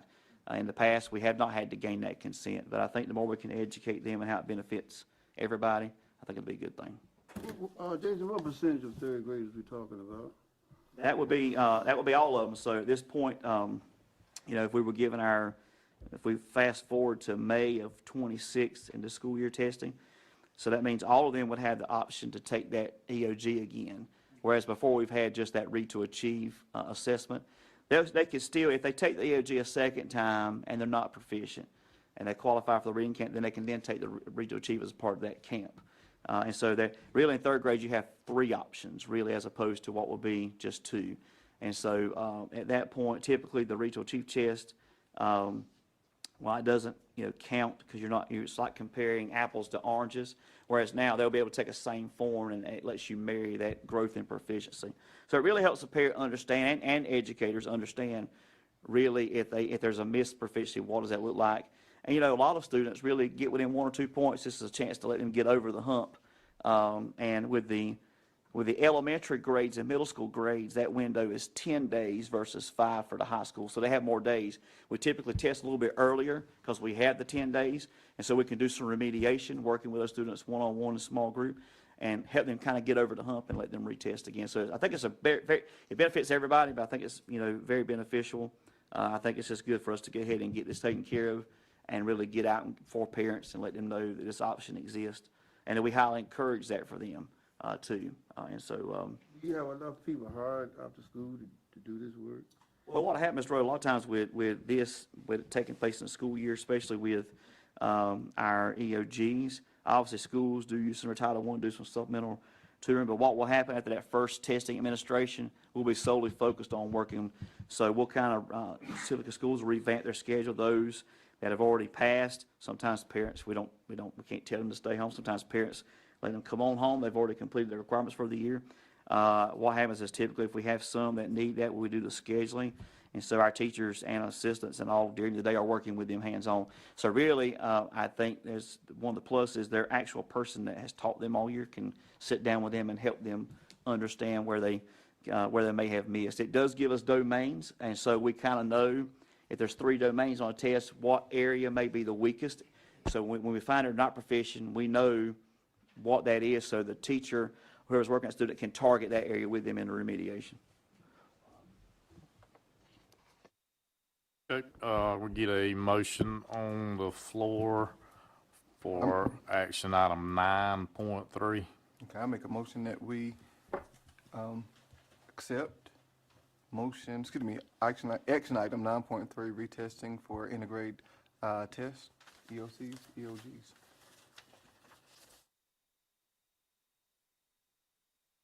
I got a second. Any discussion? All those in favor by signifying by saying aye. Aye. All opposed.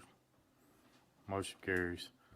Action item 9.4, North Carolina Education Lottery Application Roofs at Elizabethtown Primary and Elizabethtown Middle. Dr. Atkins. Thank you, Chairman Singletary and board members.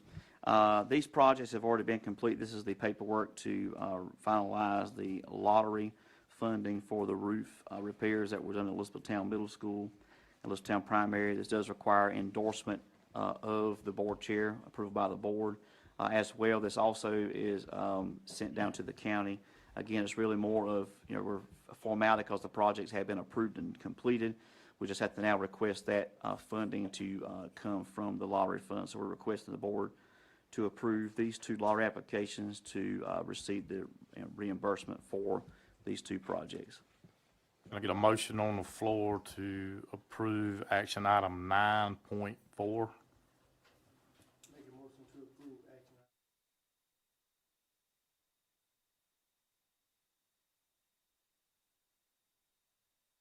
Have a motion and a second. Any discussion? All those in favor by signifying by saying aye. Aye. All opposed. Motion carries. Now, do we bring 9.5 up now, or do we bring it back? Okay, so, action item 9.5, to discuss, 5.2 budget amendments, declaration of surplus of property, transportation, as well as NCSBA delegates, chair and vice chair. Okay, Chairman, which one will we start with? 5.2. 5.2, I had a couple of questions in regards to that. I did look at the budget as it was shared for the month of October, and it had spend downs accordingly, I guess, to show where we are with our remaining budget. But I do remember, I think, at the last meeting, Ms. Harrell, you look, I can't remember if it was the last meeting or the meeting before that Ms. Cheryl White-Smith did the presentation, and there was going to be an overage for IEPs and some of those other things. I didn't see, I was just trying to wrap my brain around with what the remaining balance is. Is that included, or was money found to offset that, or are we still going to have that shortage? That will be the shortage. As of now, the budget is what you see, but all the expenses come out, because you're only looking at the budget here, you're not looking at expenses on the budget amendments. So as the expenses come out through the year, if we go the way that Ms. White-Smith thinks we're going to go through the year, then at the end of the year, that's what it'll look like. Okay, and so just because, I think we talked last time about reserve and some of those other things, have we figured out a source of funds that we don't, at the end of the year, have 1.2 million, 1.5, 4 million? Yeah, what are we doing as far as addressing that as we're looking at the budget? Because obviously, if that's what we're projecting, I mean, she did the presentation, had all the information up there, and said, this is why we're gonna be in the hole. So what are we doing as far as, I guess, are we looking for other streams of revenue? Or is there a contingency pot of money or something that's on hold that we can pull from? Where's our plan? I mean, obviously, you can't go into 26, 27 with a deficit, so. And I think when we asked Ms. White-Smith, she said that she would look for funding, as if she didn't have enough to do already. She had, and what she was referring to when she said she was looking for funding is grants that that EC, the Exceptional Children's Program, can write to get money for certain children in the Exceptional Children's Program. Actually had.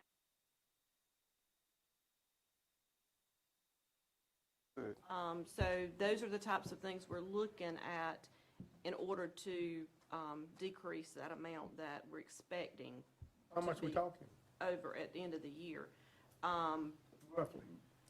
That plus the fund balance, we would, if we're in the, if we are that much at the end of the year, we still have that deficit, then we would have to use fund balance for that to take care. But hopefully, she's working on other grants, and so she's been in a meeting all day today. So hopefully, we're going to be able to use those grants and continue to apply for those grants so that we wouldn't have that deficit at the end of the year. And I think because that was such a large amount of money and it's a sensitive area, we probably need to discuss that on a routine basis just to be sure where we are. And kudos to you, Ms. White-Smith, for securing those funds. We don't know the amount, but anything is better than nothing. You know the amount, Ms. White-Smith? One of them was a little over 200,000, and one of them was 89,000. What now? 89,000? Yeah, so close to 300,000 So between right at those. 300,000. And those are state grants, and I think the state realizes too that, yes. I think the state realizes too that they underfund that program. And so a lot of time, and it's ironic that you would think that they would try to fix the allotment to where, going in, it's right. But a lot of these things like risk pool and all that, you have to go and apply separately. And so, I wish that we would just get it done, obviously, but we don't control, we're still operating with no state budget. And so we're on last year's budget numbers, which we know that things have gone up and things are challenging, so that makes it difficult. But anything we see we can apply for, we're trying to get, so. We on last year's budget, you heard that? So it ain't happening. You're not the only school district. Yeah, yeah. I didn't have any other questions. All right, we'll move on to five. Did we vote on that independently, since it's a separate action item? If someone calls for a vote of it, I mean, it would make sense to do it together. Someone just has to call for a vote. You could do all the three together, or you could vote on them individually, whichever one. Which one? I mean, we don't know what's gonna The three happen with each consent. one, so it would make sense to vote on each one separately. All right, well, let's get a motion on the floor to approve. I make a motion to approve, hold on one second. Did you, go to the one I asked about?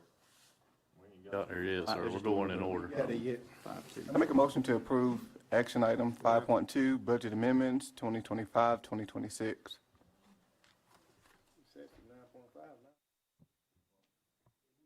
They made it 9.5. All three of them at the same. You don't have to. Can we separate Y'all them made like up, y'all make up the numbers, so what really matters is that the motion clearly nine says point what the zero? motion. Can we go 9.5A, 9.5B, You 9.5C? can, but what would be best for the record is if the motion is to approve budget amendment. Okay, all right, so Number one. So motion on the floor, as Mr. Thomas stated, budget amendments, 2025, 2026 budget amendments. I get a motion on the floor to approve that.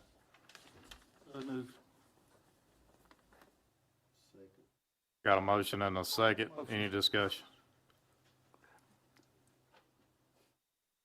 All those in favor by signifying by saying aye.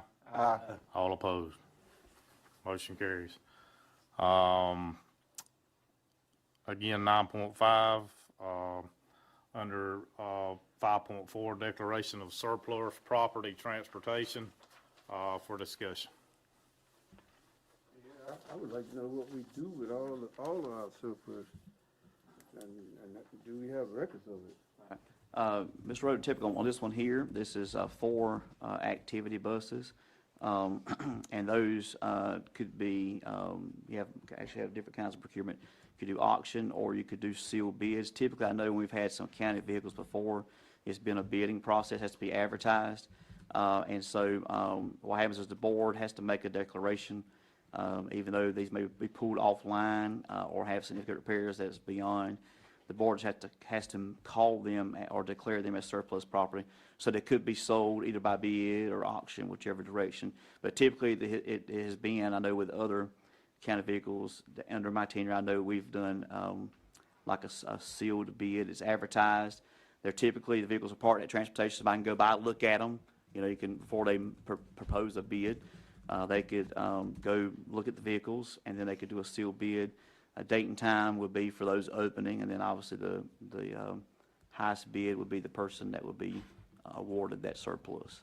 You could also go auction. Typically, auction, you have a lot of things you're doing at one time, but that's typically been the process. But these are 4 that transportation has offline that are asking the board to approve as being declared surplus so that they could be sold. That money does go back into local funds, because activity buses are locally paid. And so they would go back into a revenue account, correct me if I'm wrong, Ms. Harrison, into a revenue account that this district could use for anything that would be under local budget expenses. You already thought about what that money's gonna be used for, Jason? No, sir, it'd be part of our so anything we pay out of local, it would go back into that revenue source, or if there's anything specific to be designated, but we don't. Typically, that goes back into that account and is used for anything that local budget would be used for. So any expenditure that would be in local budget could be done. And of course, we would know, obviously, we wouldn't have a final amount until, and we could report that back to the board on the sale. But we would know once they're done, once it goes through that process, we could let you all know what was generated from the sale of those. I can't remember.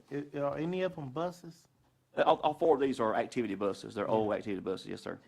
I want to say 5, but it was 4, okay. Yeah, all these are the 4 activity. I think they're, They're all full-size, so the 65 or 60 passenger. And so I think he's got the actual VIN numbers on those and years and model of those particular units, or buses, excuse So me. the idea is to get rid of them, sell them, get rid of them, we're not trying to replace them. Well, they're actually already offline, so they haven't been usable. Yeah, that's what I'm saying. Right, yeah, well, the goal is, part of our local request has been to acquire additional activity buses. But that was in our budget request this past year and has been for the last couple of years, and we've received no funding for those. Those had to be paid with county dollars. You wanna Yeah, ask the question? yes, sir. Those had to come, but we have requested, allocations for activity buses. We need some. We really do, because even the ones that are out in schools now, they're aging and they have challenges So on these those. 4 going, how many is that gonna leave us? Well, they were not in use. They're at the bus garage now. They're parked because they're not drivable. And I think some of them have kind of been there for a little bit of time, just hadn't been, And pulled 2 for of sale. them been there for some Yeah. time. Yeah, I don't have that, exact information, but I know I've seen 2 or 3 myself down there. I could find out from them where these were housed before previously. But I think like one of them, I know was a motor, you buy a new bus for that. I mean, almost with some of the cost on those. Typically a new bus, depending on, what all is on it and what size, they can range anywhere from maybe 135,000 up to 200,000. So it depends on what all's on them, which brand, if it's International, if it's Carolina Thomas. So I think Yes, we got that. they are. 250. They are, and only support we get from the state obviously is for the yellow bus fleet, and so the others are up to the county. But we have not, to my knowledge, I don't think there's been one. I know since I've been serving as the superintendent, and even previously in my role as assistant, and I don't remember we've purchased an activity bus probably in the last, I'd be guessing here, 6, 7, 8 years maybe. And so definitely there's a need. Because I would want our students, if they're being, probably longer than that, right, Ms. Brown? I want our students, especially because, these are the buses that go out of county quite often. Athletics are taking them, others are taking them. And so they need dependable transportation if they're going to be driving out of the county. Many of them, if you're on athletics, obviously you're traveling late at night. And so that's just concerning, so And these there's a with big 3, need. correct? To what? I'm These sorry. with 3 of them, correct? 3 activity buses? I'm sorry, I didn't hear you. Don't that leave us with 3? I know there'll be more than that. The high I'm talking about schools have a once couple apiece. Some of the primaries had them part. They're kind of based where, schools can use each other's if they need to. They're actually Right. housed mostly at the schools. And so I can get a number of what we have that's There's not currently in East service Arcadia, now. There's none that call now. Yeah. It's tough. And now high schools typically have 2 to 3, it's going all the time because you got athletics going in different directions. And then you got the field trips and things that schools are pulling. And sometimes we have days that every single one of them's in use. And so they have to get on their calendar early when they're planning something so that, schools can have access, but definitely in need. Okay, can we get a motion on the floor to approve 5.4 declaration of surplus property transportation? Got a second, any discussion? All those in favor by signifying by saying aye. All opposed. Motion carries. Action item 5.6 for discussion, NC SBA delegates, chair and vice chair. I had the question for that. I guess it could be asked to Dr. Atkinson, the chairman or vice chairman, who made the decision that the chair and the vice chair would be the delegates without any formal conversation with other board members or having anyone to volunteer, having a vote or conversation, anything of that sort? Well, this is probably one of those things too, it has typically been chair and vice chair on that. That's why it's just listed. If the board wants to go a different direction, we know we can move forward with that, but that's typically who has served at That's that. not correct, Jason. And you can't have, I go sometimes every you can't have year. additional. I go every year, that's not correct, because at the end of the year, they ask you who wants to be a delegate. They do it at the North Carolina State, at this conference we're going to go to. They do it every year the same way, who wants to be a delegate. And then once those persons are designated as delegates, then they give them their opinions and they go into the meeting, because I'm always in the meeting, I know, because I'm normally one. And I am at those I'm normally conferences as one. well. Sometimes they give you a certain number, they've been two, I know we've had as many as four before. It's never been designated, the And- chair and the vice chair is the delegate. That's never been done. Never. So go back to Mr. Thompson's All the fix question. is, if anybody wants to take my place, feel free to take it. I'll gladly take it. Okay. You're I care. welcome to it. I care, sir. Yeah, and that's no issue. I'm there anyway, I always do it anyway. Yeah. I'll do it again. We'll make sure you've got that information there. Quite all right with me. So now we have Hartfield as the other delegate. Okay. I think it's gonna, yeah, this will be Mr. Davis and then Mr. Singletary, I guess. Sorry to be a So we delegate. gonna vote on that? I don't have to Right. be a delegate, to be somebody. Yeah, right. I'm okay with that, Yeah. like I am. All right. Thank you, Mr. Pitt. So get a motion on the floor to approve 5.6 for the chair and Mr. Hartfield Davis as the NCSBA delegates. So move. I got a second. Any discussion? All those in favor by signifying by saying aye. Aye. All those opposed. And thank y'all. Motion carried. Very much. Need a motion on the board, for the board to convene in a closed session to prevent the disclosure of confidential information pursuant of GS 143-318-11A1, A5, and A6, GS G.S period 115C-3.319, and to consult with the board attorney and preserve the attorney-client privilege pursuant of to G.S.143-318-11A3. You like that, don't you? Can I get a motion on the floor? Make a motion to go into I got a closed session. motion and a second. All those in favor by signifying by saying aye. Aye. All those opposed. Closed Try that session. again, do it again, do it again. Just wanna make sure I got all the periods and the ones. Oh, yeah. Somebody complain if you don't get on the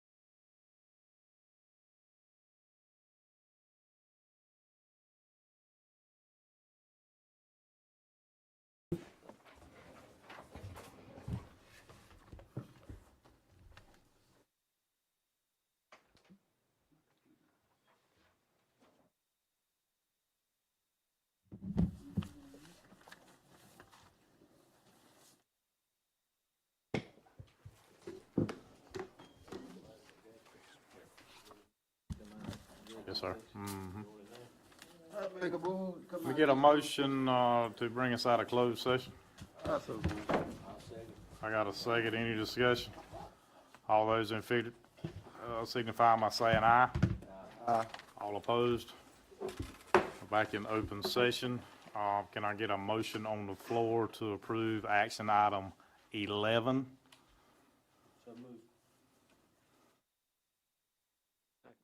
I've got a second on the floor. Any discussion? All those in favor by signifying by saying aye. All opposed? Motion carries. 12 board member comments. Chairman, if I may start, I did make a commitment, and I try to stand by my word as much as I possibly can. I did say that if I found that I had an error in something that I said, that I would apologize to everyone. I did go back. After months, I received a copy of a closed session recording. It's very, very light. I listened to it, and it was lengthy, very, very lengthy.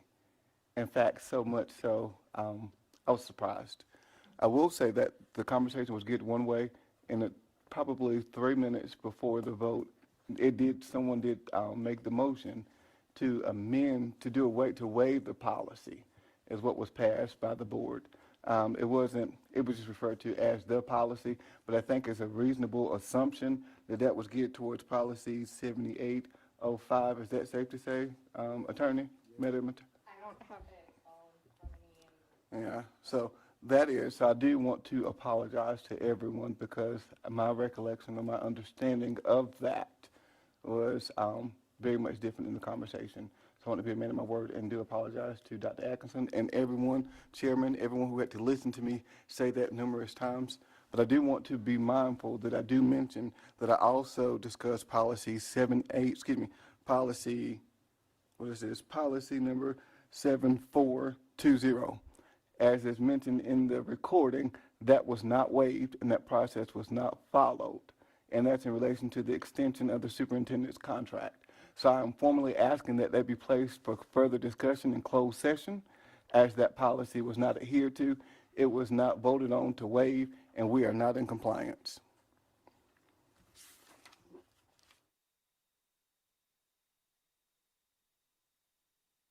Policy number, that is policy, the two policies, superintendent evaluation is 7805, and what is that? Superintendent contract policy 7420. And next month, if anyone so decides to apologize, I'll gladly accept. Next thing is, I did have a discussion with Superintendent Atkinson, and please, my comments are not geared towards you. I know we have to talk about personnel in closed session. It's about the position. I don't know if everyone knows this, but I worked with Dr. Atkinson before he was Dr. Atkinson. He was Mr. Atkinson. And I think we had a pretty good working relationship. He's probably seen a different side of me now. But it's the accountability piece of it that I have an issue with. It doesn't matter who's sitting in that seat. It's about accountability. And so before I get into that, I will say that I did receive an email, and I was respectful and to forward the email to Dr. Atkinson. We had a couple of correspondences in regard to it. It was in relation to pre-K teachers receiving, I guess, a supplement that teachers typically get, that they, according to Dr. Atkinson, I did go back and look at it, and so they're not eligible to be paid from that. The email, I explained to the person I'm not able to be involved in the day-to-day operations, so I went through that just to be sure that it is written appropriately. I'm a little smarter than what, anyway, so we'll go back. I know I'm floored that teacher assistants and that pre-K teachers are exempt from this. If the state says that we can't do it, then we can't do it. But then there should be some local dollars or something to give them a piece of money. Now, looking back in hindsight, what we did just a couple of meetings ago, we voted, and I'm using we loosely because I know how I voted, to, in fact, before that, I think the county commissioners awarded $50,000 for bonuses for coaches. And we voted publicly on how we were going to disperse those funds. Yet we have pre-K teachers and teachers' assistants who are in the classroom with the students. And we've already gone through all the preliminary information, presentations about why we're failing schools, why we're underperforming, and these are folks that are in the classroom making a difference with the students, and we're giving them nothing. That, to me, has an issue. I don't know if I need to revert my payment for the end of this month, which is going to hit me, to give them something, but I think that something needs to be given to those teachers. I mean, they have, even though some of them may have bachelor's degrees, I don't know, maybe they didn't pass the practice 1, the practice 2, whatever it is, but not to do anything. Maybe it shouldn't be at the same level, but there should be some compensation, and I know compensation has value. In fact, if it didn't, the board would not have approved for the coaches to receive $50,000 in incentives. So, Mr. Thomas, when I first joined this board almost 3 years ago, I think whenever I'm giving a comment, do I finish my comment? Well, I thought you were No, finished. I so- wasn't. No, I finished my whole thing, so Yeah, it's I was not just a- trying to, I was actually, well, that's fine, go ahead. Okay, thank you. All right, so that to me, it kind of has me baffled that we have these folks to go to the classroom to have the same expectations as anyone else, and then to leave empty-handed. It's not a consolation prize, let's just give them something to make them happy. These folks are working and doing meaningful work. I mean, I think we've all talked about how much we value teachers. Let's not forget them. If we can pay coaches that are already being paid, these aren't volunteer coaches, if I'm not mistaken, these are paid coaches that are getting bonuses, yet we have another population of folks who are working with vulnerable children, and then they receive absolutely nothing. I think that we need to go back and prioritize financial obligations and some of the other things. If it's $200, if it's $300, to do something to say, hey, good work. I've seen instances. We can do better than that. I've seen instances where, so that's just one thing that I want us to go back and to revisit. There is, this is very important, excuse me. Types of concern, excuse me, budget cuts. We've talked in recent months in regards to there being budget cuts, whether it be on the federal level, if it's on the state level. We've talked about that. The state doesn't have a budget. I've heard that we may not have one this calendar year, so into December. We may, December 31st, it may be, I don't know, maybe next year. I think the funds, individuals or agencies that had multiple years of funding then or reoccurring funds, and they'll be dispersed accordingly, but it puts us in limbo. But we've not talked about the sustainability and what we're doing in the long run. Just be mindful that when we're doing the study for East Arcadia, what is the amount that each school district is allotted per full-time student? The dollar amount with state and federal dollars. Is it about 12,000 somewhere? I'll have to get the formula off the website. I think the state and federal depends on the fund source, so EC may be X number per child, Title I may be X number per child. The state has an average.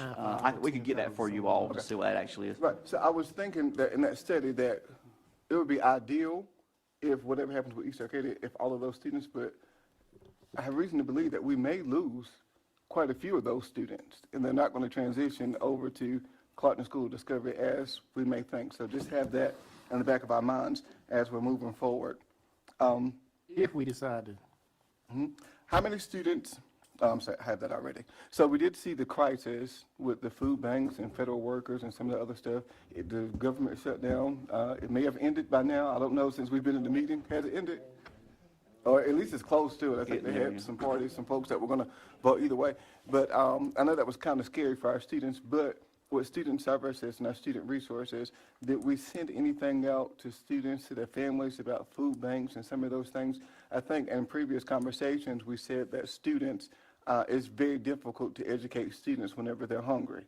And if students rely on SNAP benefits, I didn't know if we had a book of resources that we could send to students, not just one population, but just email it out to all students that they could share with their parents so they'll know what community resources are available.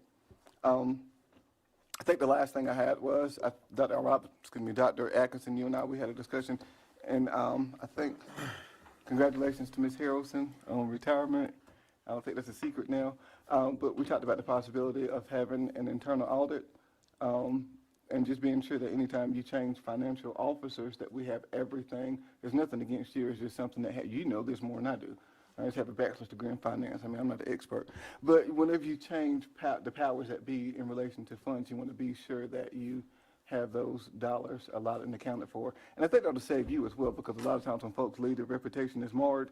And hearing some of the things that Michelle White-Smith said, we want to be sure that we're moving in the right direction. So those are some of the things that were more pressing and concerning to me as far as our operation. I think that what we need is, as a board, there are some things that we need formal training on. Listening to that closed session meeting, that recording, for one, it was very, very low. Number two, there was I don't know, it was almost as if it was made up as we were going along. That's my perception of it. I don't think that there was a fact of matter, this is what we do. It was, I don't see a problem with this. I think that I don't object to this.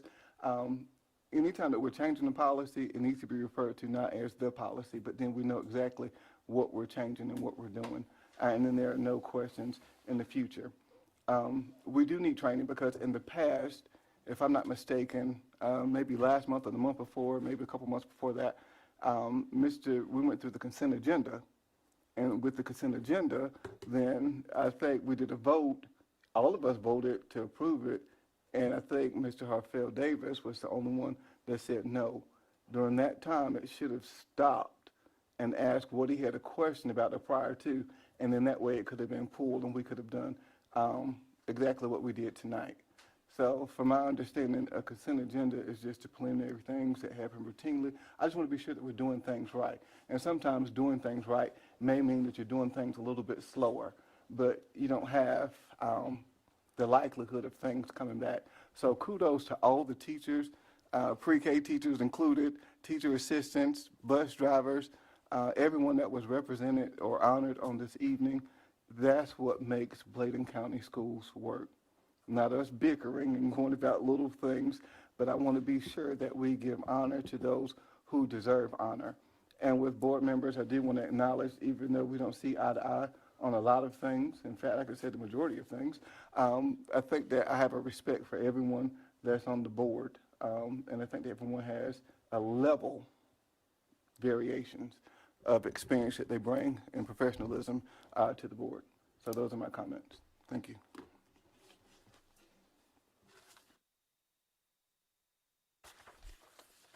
I'll go next. Thank you, Mr. Thomas. All good information there. Hope we can get some follow-up on that and to some period ends on it. My comments are basically about the facility updates.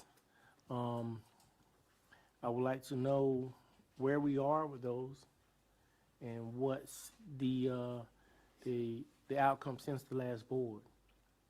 We sat in here tonight and listened to two gentlemen give us a presentation, and I'm just doing the numbers in my head, because I do it from day to day, so I know what it costs. And it don't cost that. Okay? And everybody in this room knows I ain't lying.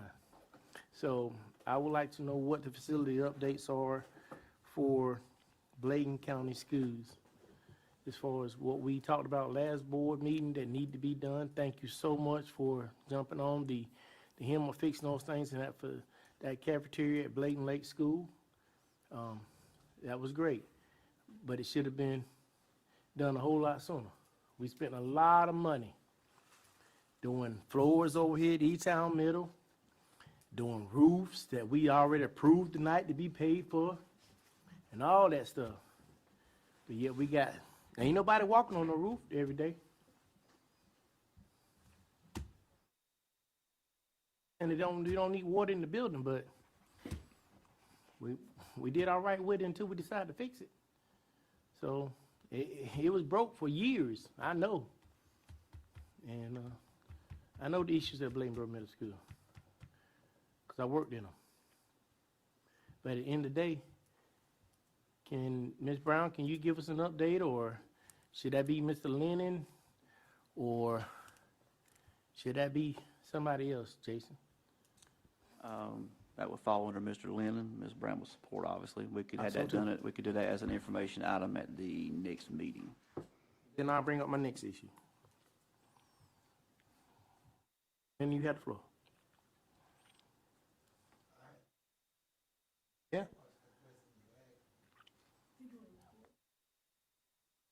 The facility updates, on the issues that we talked about, last meeting, those issues were the issues that need to be fixed at Bladen Lake School cafeteria. I know we fixed some of the stuff, but we didn't get that steamer. It was said last meeting that it was on order, so I'm trying to get an update as to where we are. Oh, yeah. We said we would get the quote. No, I'm. So as we just talked, and when the question was just asked, can we get it added to the information items for the next meeting, right? Okay, so the steamer's a question, right? No, So sir, we're at no, get- sir, we're at that's get not what, quotes. that's not what. But you just- I'm but the you board just- member speaking at I this point, understand that. and every board member has a Mr. chance for Davis, comments. you do. Mr. Secretary, But I point of know my information, name, my mama sir. gave it to me. That's right. So At the point end of of the day, information, sir. all I'm asking for Is he is just- there an You just update? asked us to put it on the agenda for the next meeting. I didn't ask for an agenda, I did not information. ask for an agenda item, And sir. that's what we All I'm asked asking for for, is there information any more items information on the that can be facility given to updates us? for the next meeting, Okay, let me sir. ask you- Yep.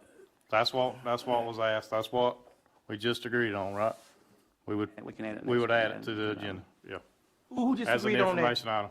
Who just agreed on that?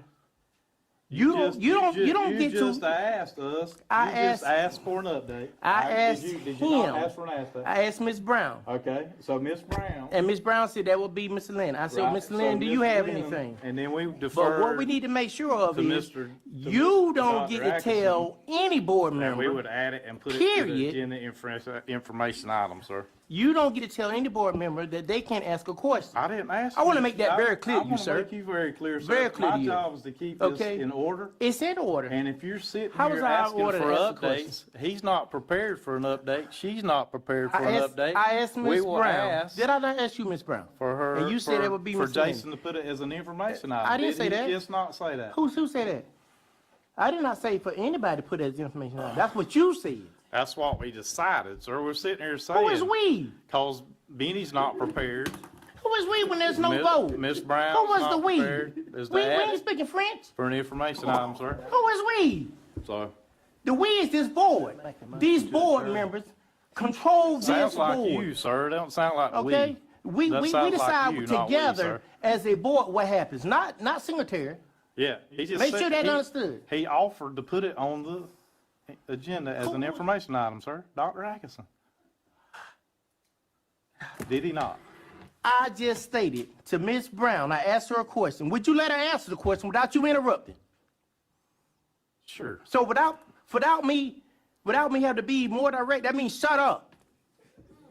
First of all, sir, you're completely out of order. I can be Nobody's out of told order about a lot of you things. I'm to tired of your shut crap. up or I'm whatever. sick of your crap. Yeah, that's fine. Be I'm sick of your it, crap sir. thinking you can talk to board That's members fine. any kind of way you I ain't want trying to talk above you, Okay? sir. I'm just Understand trying that. to make sure we're in order and I we're put my prepared. pants on the same way you do, bro. We're prepared for Make sure our you meeting, understand sir. that. I understand a lot of things. Great. Sir, be prepared for the meeting. Let these folks be prepared to come in and discuss what is being asked of them. And that is not would happening, you shut sir. up and let her answer the question I'm that not I asked shutting her? up, sir, because I don't treat you that way. I don't disrespect you in any way. I don't tell Don't you to disrespect shut me up, when you sir. sat there and You cut me off understand? when I'm trying to talk. All I'm trying to do is get a point of information and point across so we can move forward. You can Sir. talk all you want to, And sir. well, then if but I you're can in talk, here then if you'll be questioning- quiet, I will. you're I would have questioning answered the question, went to my audience. next question, You're I'd have been questioning done. the audience about information that they're not prepared to discuss, sir. All you gotta do is just let her answer the question.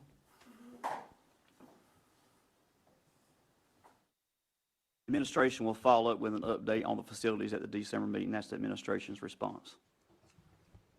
Under the consult of our attorney. Thank you, So sir. we'll follow the agenda. It's not action, there will be no discussion or actions at this point. We'll get that prepared for you all. We'll do it for every facility. We want to make sure we give you all the accurate information. You know, so we want to make sure we don't want to give you partial things that we don't know. But I think on behalf of our team for administration, we will feel better about giving you all correct information, updates of where we are in terms of any specific projects at this point. If there's something you want us to focus on, please let us know, but we'll plan to do that generally for every site, so that you all can know all the projects that were discussed, anything that may be pending. We'll provide an update, Mr. Lynn, will do that as an information item at the December meeting. Y'all finished? I'd like to say, if everybody's finished, I'd like to say on these guys that brought this information to us.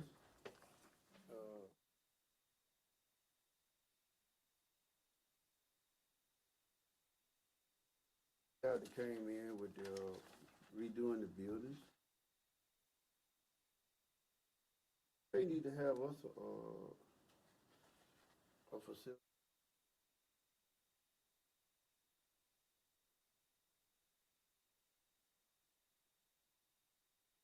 Take off and get hoodwinked. We done been hoodwinked before. And stuff sound good sometimes, but that don't mean it is good, you know. You know, sometimes we get excited about technology and nicer things that's being said, and probably some little simple things that don't take but 2 or 3 words to say. Me, sometimes we be getting middlemen for stuff that we can do ourselves. We don't always need a middleman to do nothing. For instance, we could have told our kids ourselves that they were leaders and they were nice. You know, matter of fact, I always thought that we were doing that anyway, because that's just stuff that we do. But we paid somebody to come in here and tell us to tell our kids that. That didn't make sense to me. And when I tried to discuss that, you know, I think I was disrespected, you know, because I was trying to give my opinion on that. Sometimes things are just simple. It ain't. I mean, these guys out here trying to get paid. And we pay $800,000 for somebody to tell our kids that they're great people. And I always thought that's what we were doing. I ain't got no more to say.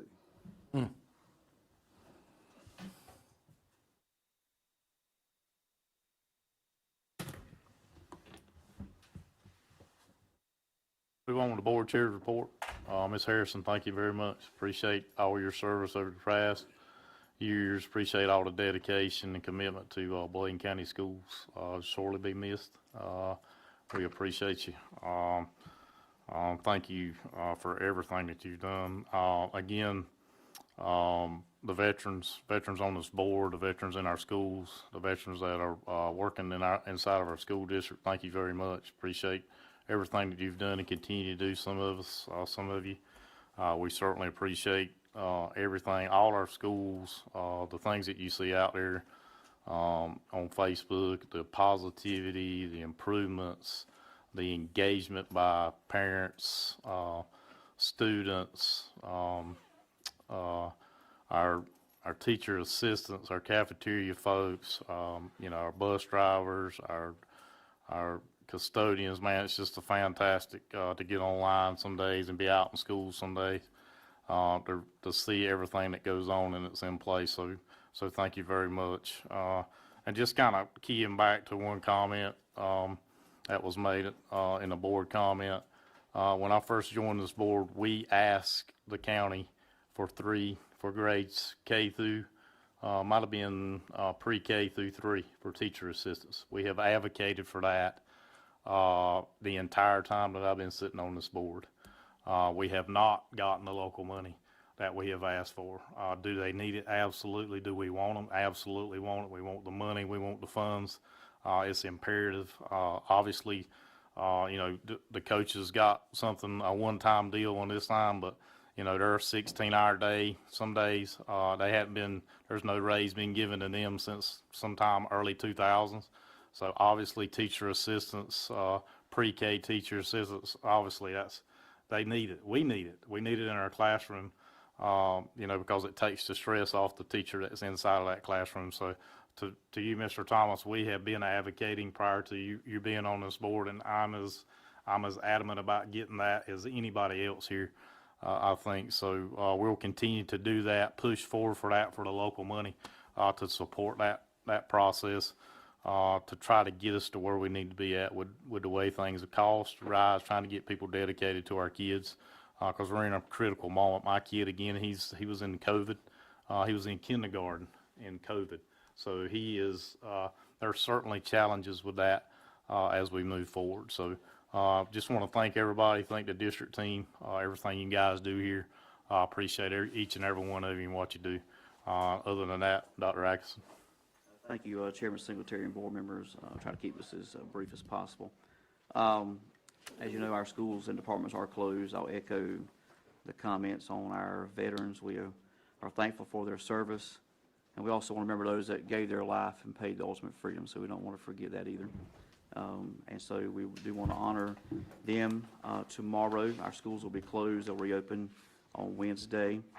The school board's conference, I think we have Mr. Davis, Mr. Thomas, Mr. Singletary, Mr. Benton that will be attending that.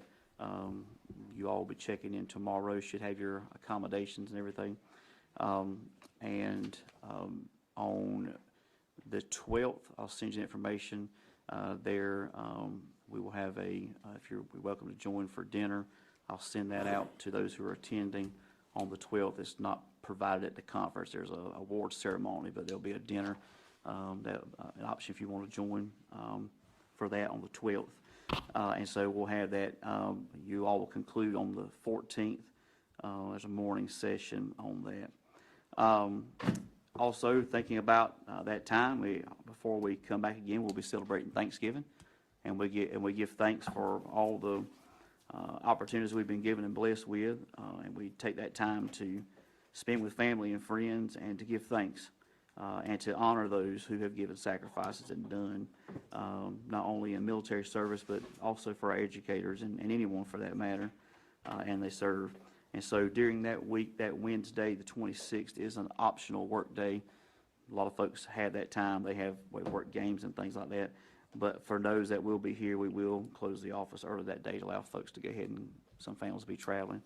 And so we'll be closed that Thursday and Friday and resume back on Monday, December the 1st. Our next meeting is scheduled for Monday, December the 8th.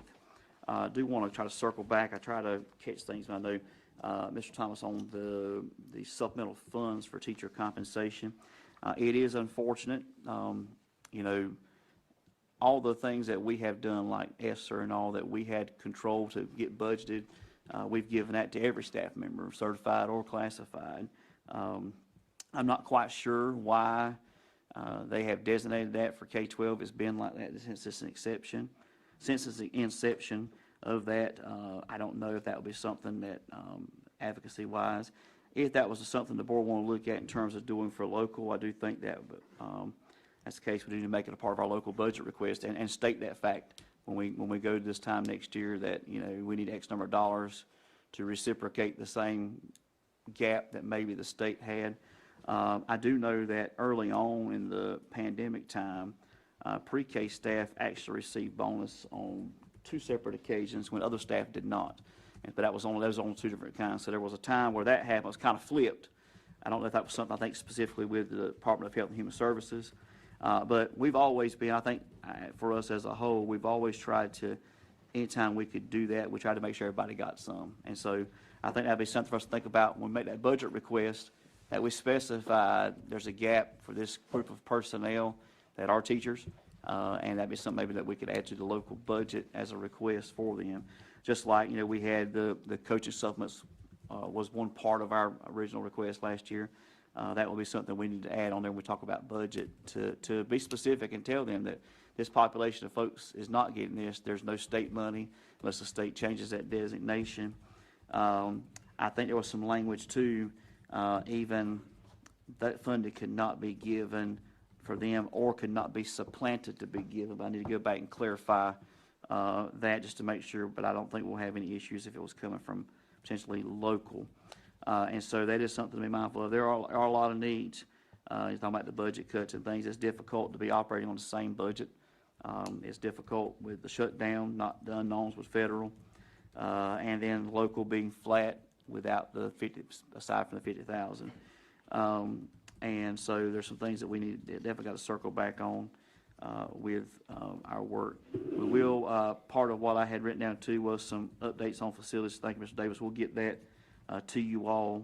We'll actually do it next Thank you, month. Mr. And make Atkinson. sure we do every one that was on my Thank you. list to share with you all tonight, because I know we want to kind of circle back on those things that have been done, what's still kind of pending. Also, on the projects that were mentioned tonight, again, depending on which direction the board goes, we're afraid the way the state has been about redirecting money, there is a pot of money that is designated for repair and renovation, has to be to classroom. So the goal would be to target things that will be dealing with instruction. Some of those things could have been like that, or for instructional area. And so I think what would be important for us to do, whichever direction we go, we need to spend that state money first in case they take it. And so the goal would be, I think, Ms. Harrison, that's 1.9 million. That's available in Raleigh, designated for Bladen County for things like that. So I think we need to definitely, do our due diligence, and we don't want them to take that money away. They've done that before. They've taken money from our low wealth fund to create vouchers, and you're taking a low wealth district that's already underfunded, and you're taking more money from them. And so I'm just afraid that if we don't tap into that, we don't want them to take that and use it for something else. And then obviously, there's a lot of needs in facilities in every capacity. And so when we think about tax base and things like that, it is one of those challenges that we're going to have to get some increases. We have a lot of aging buildings, a lot of aging facilities. Yes, Mr. Brooks. So Jason, should we have us a facilities committee meeting? That can be done, yes, sir. Can you? We can. We can do that. And then with, because I know some of these things, and we talked about some of these projects already, but I think it'd be kind of good to prioritize which direction to go. Because like I said, you want, whichever direction the board chooses to go in terms of construction, you want to know what that pot of money is. So we can say we can't exceed 1.9, so what can we get done? And then also that pot of money is designated for, and certain things you can't spend it on, you can't do like parking areas and like that, but you could do it, anything that would impact instruction. And so one thing that's going to be mindful of that too, that we target those things that we could do. And can we discuss that, the stuff that these Right. guys presented to? Yes, sir. And everybody's, like I say, if you ain't heard another person's argument, you don't even know if yours right or not. Right. Can I just make a, excuse me, a procedural clarification? So originally, there was an item on the agenda to vote not on them specifically, but even a design build at all, which is not the only option that the board has. I asked for it to be pulled off because at the next meeting, what you'll hear is the options, including design build and construction manager at risk, and the other options. So it may be that even the type of project that they're proposing is not something the board wants to move forward with. And then from there, whether it's an RFP process or an RFQ process, that will be identified based on which system you go with. And if it's an RFQ and they submit, then that's all addressed then. So I just wanted to explain, because that was pulled off, that there is time to even figure out if a design build is something y'all want to do. So I understand, and thank you so much for that, but that leads me to a question just for follow-up. If we're not going to go with them, or we're not obligated to go with them, next month we'll hear all these other options that we have. Then my question is, why were they present this evening and not the other companies as well?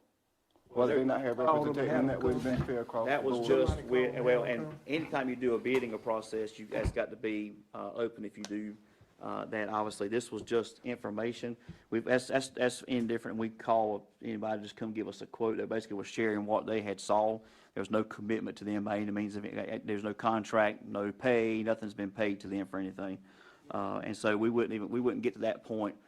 We may have someone else that want to come in next time and talk about the same kind of things in a different kind of approach. So it was just kind of, they had come, met with Mr. Lynn and myself, Ms. Harrison, to kind of talk through some of the things they had seen. There was one of the group that had kind of looked at one of the projects but didn't go much further than that. But so that kind of gives more.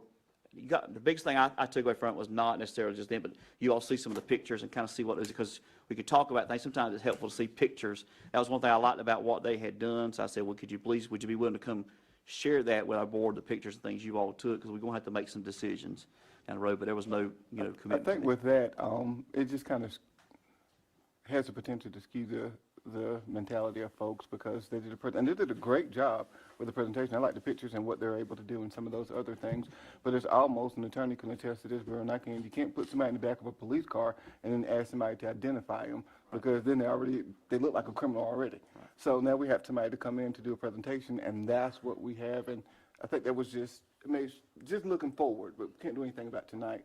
But looking forward, that if we do have one person to present, unless we're looking to go with them, we should extend the opportunity. If they don't show up, And, that's and that perfectly would fine. be, if we got serious about which direction, we would, and just like we did with the new construction Tar Heel, you have a board meeting call, so every one of them gets to talk and share more than just their piece of paper. So that's one thing that's important. And again, the biggest takeaway for us was being able to kind of see these things. We hadn't gone anywhere with any of it. We just needed to see where we were. Actually, that we were trying to get things, and we want to make sure, I know with our attorney, there are various formats, different types of contracts, different ways the board can approach. I want to make sure you all are well educated on that process to go for. Jason, I also, have two while you're problems, doing that, I have two problems, Jason. Well, they're not problems. When I asked them about bidding, they said they were gonna do all the bidding. That's the one thing. And the second thing was, Davis asked a question about, have they done work for somebody else? And it looked like to me they got choked up. And they said something about, what county they said, Mr. Wake Lee? County, What county? Harnett County, Harnett County, and then the other guys say they did say stuff on Warsaw Wake. or something. But he didn't Wallace. elaborate on that. That's where he lives in Wallace. Mm-hmm. And one thing, Mr. Earl, on that too, what will be part of if you go, because Tar Heel was done as CM at risk. Whichever way you go, one thing we would want if it's an RFQ, RFP, you want to put, we ask for references. We also ask, I know a lot of things I do on my own, I'm like, don't just give me references, tell me who in North Carolina you have worked with, because I can get those folks a whole lot better sometimes than if you give me a list, you've done things in, different make sure states. they ain't It giving you. sounds like a Right. middleman to me. We're Right. gonna have to pay a middleman. And that's the design, that's one thing, and I know that we'll get to a deeper discussion about the different models. I think design build is structured that way because, like Tar Heel CM at risk, we had the presentations of, like architect came to his part, and then we had the CM at risk part, so the board had to identify the architect side, we had to identify who's going to be the CM at risk. And so depending on which format, that dictates whether you go like sole source, RFQ, board makes a decision. If you were to go that route, then that's where, still with the bidding, the board still has to award those bids. It's not that they can just, that's my understanding. They can't just say, well, we found this company. No, the board has to see all that too. They may collect the bids for the board, that kind of thing, but they can't make that decision for the board even in that. The board would have to say, if it's painting for that project, the board determines who that painting contractor is. If it is flooring, so the board has total control on that. It's just they advertise on behalf of, in that model, design build, they advertise on behalf of the board and get those bids on behalf of the board. Whereas typically if it's a general project, we would do that on our own. Sometimes like Tar Heel had a project manager, so it's change orders. So it gets confusing. And I think statute kind of spells out every one of those. And there's honestly positives and negatives, every one of them. It's just the board has to determine which really is our best, where's the risk factor and where would that fall? Do we want it on us or not? Or what's the benefits of going this route versus the other? I think one of the main things that we got to identify the funding. So we know that 1.9 is there. So we know that. And y'all, it sounds like a lot, but we know good and well, 1.9 million won't go very far. And so, that's definitely a good point. But we can dig into that a little bit deeper. But I think next month it'll be good to hear what all the options are for the board to choose from.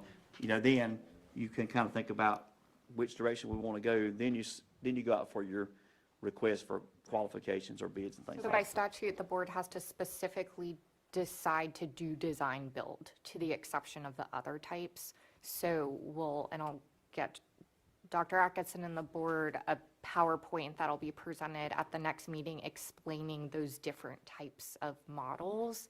And if design build is being recommended, you have to check certain boxes to even go that route. And that's what they're businesses, it's design build. And But if, at the same time, as we're doing that, brings up two things. And the board attorney, you can probably hit me on that. I don't know it at the top of my head, but I've got it written down. When we're looking at these jobs, we are required by state law to give some of that money, some of those jobs to minority contractors. And we have not seen one minority contractor yet. We spent millions and millions and millions of dollars. And we have not seen one minority contractor yet. We can't even get them to cut the grass. They gave that to somebody else. Who needs a degree to cut grass? As long as you got the insurance and your business is set up the way it's supposed to be, you're qualified. That's the problem. And I'm calling it just like it is. We're required to give it to minorities. And we have not done that yet. Yet you bring these gentlemen in here, they present it to us like they already got the job. They tell us what they're going to do. We're going to do all the bidding. I just sat there and listened to them. That ain't the way it's done. If we didn't bring anybody else in here to give us any other information as to how they think we should be able to do it, or how they can help us. So it looks like we've already decided who we're going to use. And we ain't got the money to do it. We broke. Everybody in this room know that. And we don't know where the money's coming from. But as the money funnels in that they are releasing, we're already deciding where it's going to go. And we're not following state statute. I sit in board meetings at the state level all the time with Mo Green, the state superintendent, and I hear it being talked about. We just had a conference in Raleigh. Every state board member that wanted to attend was there, and we had over 75 of them there. Packed the hotel. And they're concerned about how money is being spent. And we have to be concerned because with the things that Donald Trump and his administration is doing, it doesn't look favorable because he's trying to cut out education altogether. He don't even want there to be an education department. If that's the craziest thing I ever heard in my life. He said, give the money to the states. Do you think they're going to come down and give us the money? No. So, with all that being said, we have got to do better. We need to see minority contractors come in here and get some of this work and show them that we support them too. Because guess what? They have kids in our school just like everybody else. And it's wrong. And everybody that sits on a table and signs for it to be done a different way, you're wrong.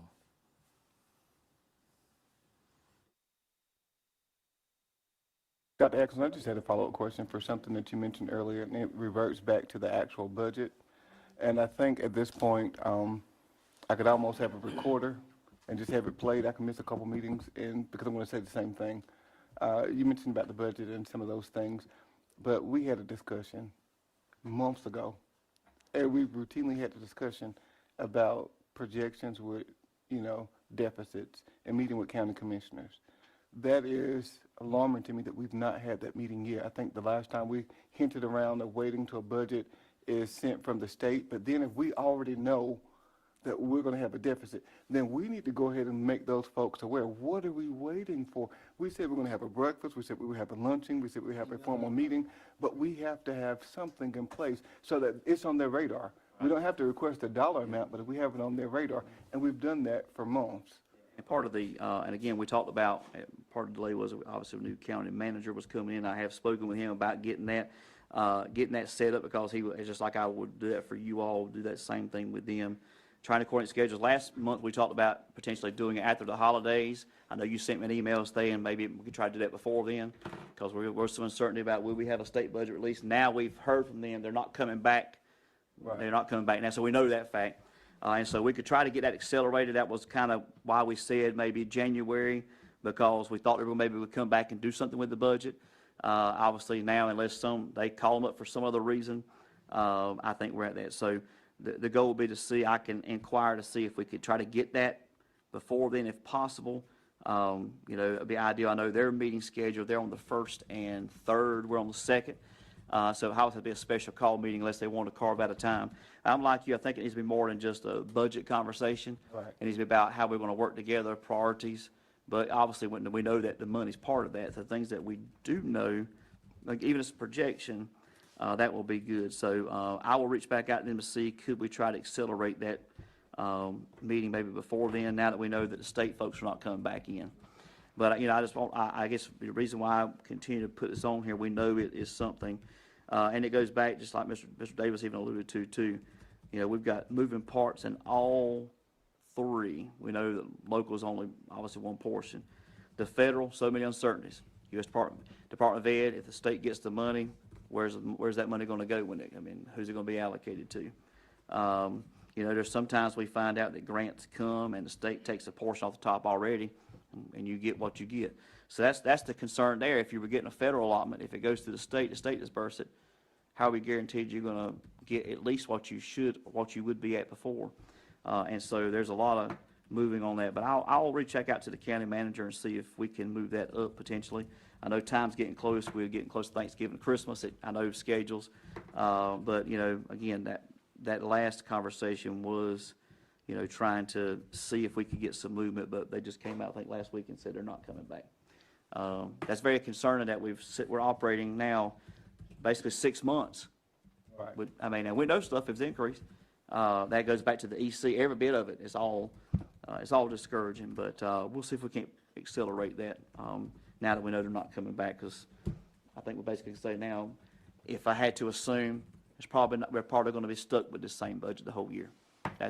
Whole fiscal year, unless something comes out. And so we'll push that a little more and see if we can't try to do that before. If there's any days or something that folks could not meet between now and probably the middle of December, if you could let us know, because we'll have to kind of go back and forth to try to get that schedule. And so if y'all know of something going on that we need to try to avoid, obviously we got our regular schedule, their schedule, and we'll try to see if we can't get something done before then. If not, we'll definitely shoot for early January at the latest. I think definitely we're still early enough in that because for them too, they'll kind of see where they are with their tax year ending, and so they'll know what their revenues will be. That might give them a little better idea too.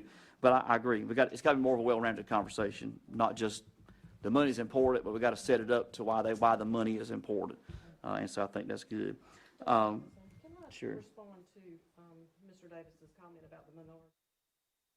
When we spend lots of money like we spent in the needs-based grant, we are required to have 10% minorities. So there has been minorities working, and they were involved in the Tar Heel construction grant. They had to be. That was a requirement for that grant. So I don't want you to think that we're not using minorities, because we are using minorities. And the last thing I want to say is tonight is my last night. And I want you to know that the district office staff works very hard, and we try to give you exactly what you need, but I feel like that we get told that we don't. And I think it is very important that you know that we work 40-plus hours a week, and that we are very meaningful in what we do. I wouldn't be here for 31 years if I had not been. I think that was congratulations on your retirement. I think a lot of times whenever folks are leaving, they'll say things that they wouldn't ordinarily say. I wish you had that conversation months ago. If that's genuinely how you felt versus I'm going to bear the burden of everybody's responsibility. It's not my objective. It's not my objective to make anyone feel that way. I think that we can do better as a board, but there are questions that have to be answered because we have constituents, we have folks that we actually report to as well. We have a superintendent who is in his 6th month of his 12-month year, and he doesn't have a set of goals and objectives that we're going to evaluate him on. So he's going to have 6 months to do 12 months of work, and that is because the board has not come to a consensus. And until we can get on one accord and that we draw a line in the sand and say, this is what we're going to do, it's going to continue to be that way. because it's a matter of black and white. But I hate that you had to bear that responsibility. I mean, you can feel free to share anything that you want to share, but I thought it was very unique that you shared it on your last board meeting, and then you were the voice for the people. So we'll just take that, because I would want to assume that Ms. Brown, I would want to assume that Mr. Benny feels that way. I would just take that from you, and I'm sorry that you do feel that way. But congratulations on retiring. And also, more people should tell how they feel. Yeah, you know, not everybody. Not just to the board. But more people should tell how they feel. But the word around here in my neighborhood is they don't want you to tell how you feel. Oh, the word that's being put out is that you don't speak to board members. That's what's being told, sent through emails. You will not speak to board members.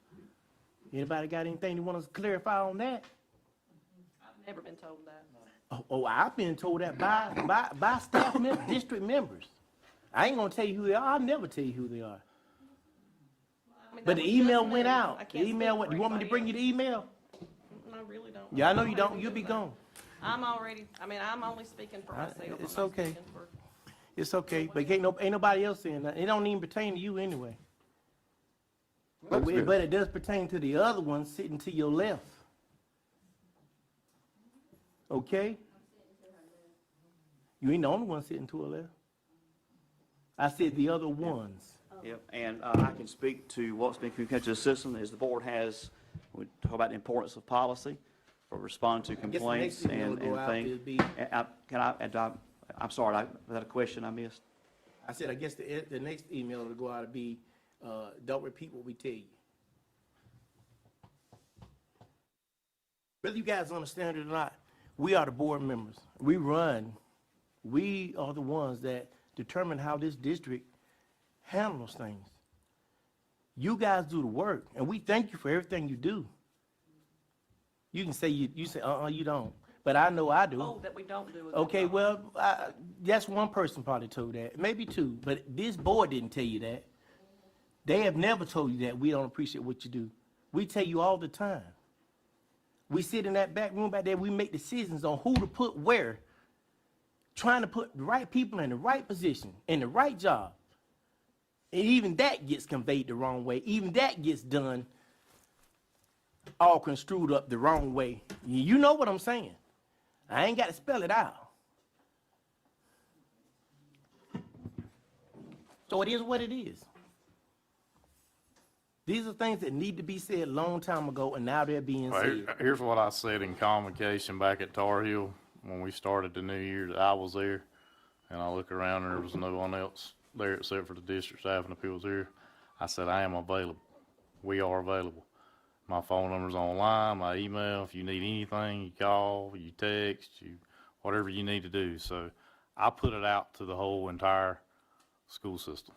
So regardless of what's went on in the past, we need to move forward and try to become one accord to figure out things that are in best for the school system and not our own agendas. And I think we all get tied up in our own agendas and we're not thinking about where we need to go. So Susan's been a phenomenal person for us, 31 years, and we'll work as we move forward. So Dr. Atkinson, are you? I'm gonna stop there. That's You're enough. good? All right, so can we get a motion on the floor to Well, adjourn? I have a So, question. I'm just asking a question. Well, I can ask after, it doesn't matter. Till I ask the question. All those in favor by signifying by saying aye. All Is that opposed. disrespect right there? That what we It's- They just- Ain't no That ain't disrespect. disrespect.